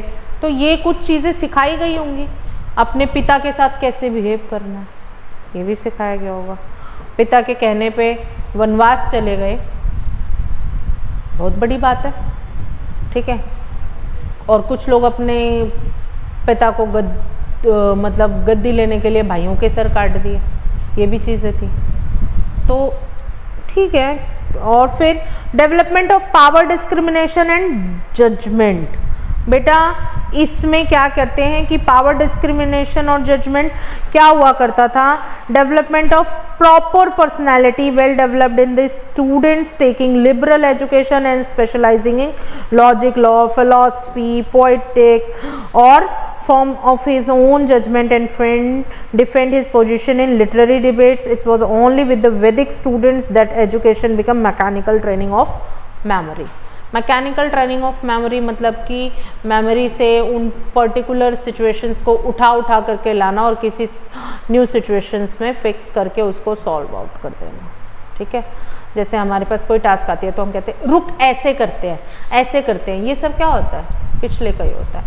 और बेटा इसमें क्या था कि पावर डिस्क्रिमिनेशन का मतलब ये है कि एक पर्सनैलिटी जो बन चुकी है आपके पास, ठीक है, जजमेंट की। हर कोई तो राजा नहीं हो सकता, हर कोई हो सकता है, क्वालिटी तो होनी चाहिए ना।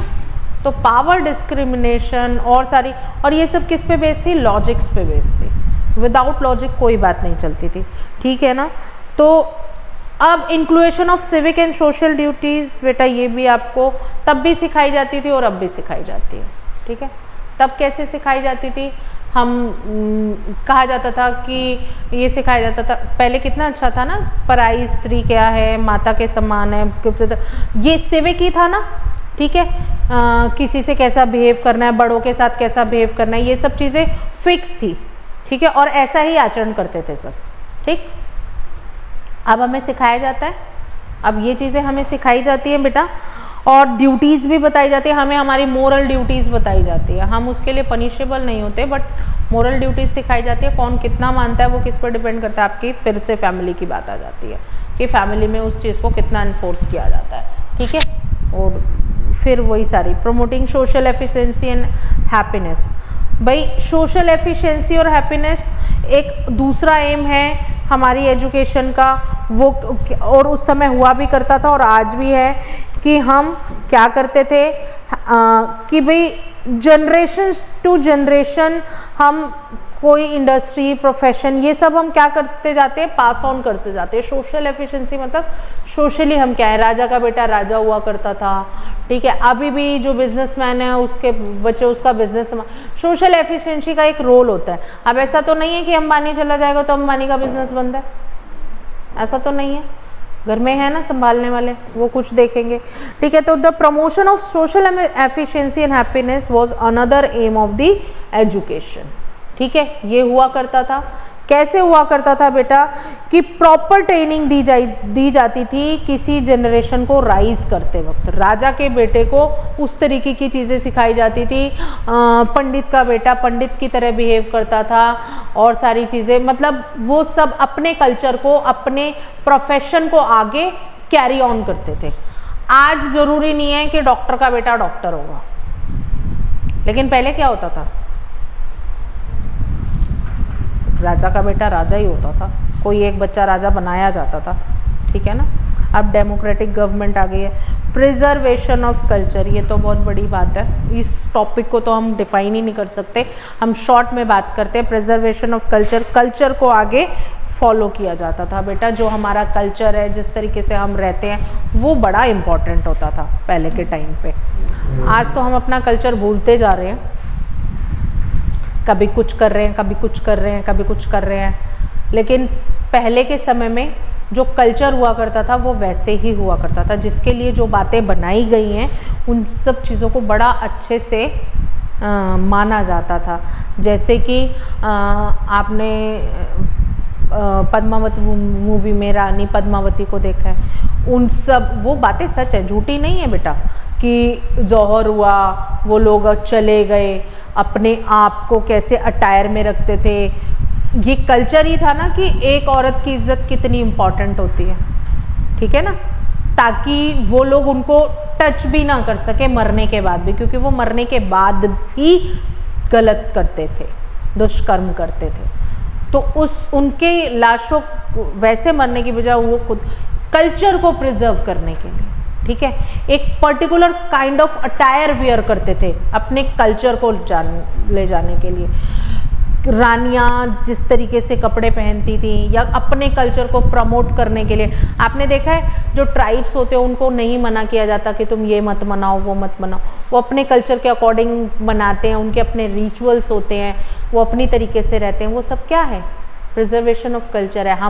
अब हमें क्या सिखाया जाता है, we should not spoil the monuments, ठीक है, government building, these are our cultural heritage, उसको प्रमोट करना है, उसमें कुछ ठीक करना है तो उसको वैसे ही रहने देना है, ताकि उस समय के ये बिल्डिंग्स, ये मॉन्यूमेंट्स क्या दिखाते हैं, इंफ्रास्ट्रक्चर ही तो दिखाते हैं कि अरे इस तरीके के इतने बड़े बड़े घर हुआ करते थे, इतनी मोटी मोटी दीवारें हुआ करती थी, कितने बड़े बड़े गेट हुआ करते थे, ठीक है, इतना बड़ा तो उनका कोई सा गेट नहीं होता। अब ऐसा तो कोई घर ही नहीं होता था ना, ऐसे तो कोई घर नहीं होते थे। हम छोटे थे तो किस तरीके का इंफ्रास्ट्रक्चर था, तो ये कल्चरल हेरिटेज थी बेटा, ठीक है। कल्चर अगर हमें कुछ कल्चर के बाद, तो हम जब आज भी हमारी बुक्स में लिखा हुआ है कि विलेज हाउसेस, मड के, स्ट्रॉ के, अलग अलग जगह पे हम हाउसेस की बात करते हैं ना, तो ये सब क्या है, कल्चर है। कल्चर फूड से आता है, कल्चर आपके अटायर से आता है, कल्चर हमारी मान्यताओं से आता है, हमारे बिलीफ सिस्टम से आता है, इंफ्रास्ट्रक्चर से आता है, सब चीज़ों से क्या आता है, कल्चर आता है। तो वो क्या है कि करते हैं कल्चर को, इंडिविजुअल, ठीक है, बॉडी, माइंड, ये सब कुछ के लिए क्या किया जाता है बेटा, ट्रेन किया जाता है। क्लास ओवर हो गई है।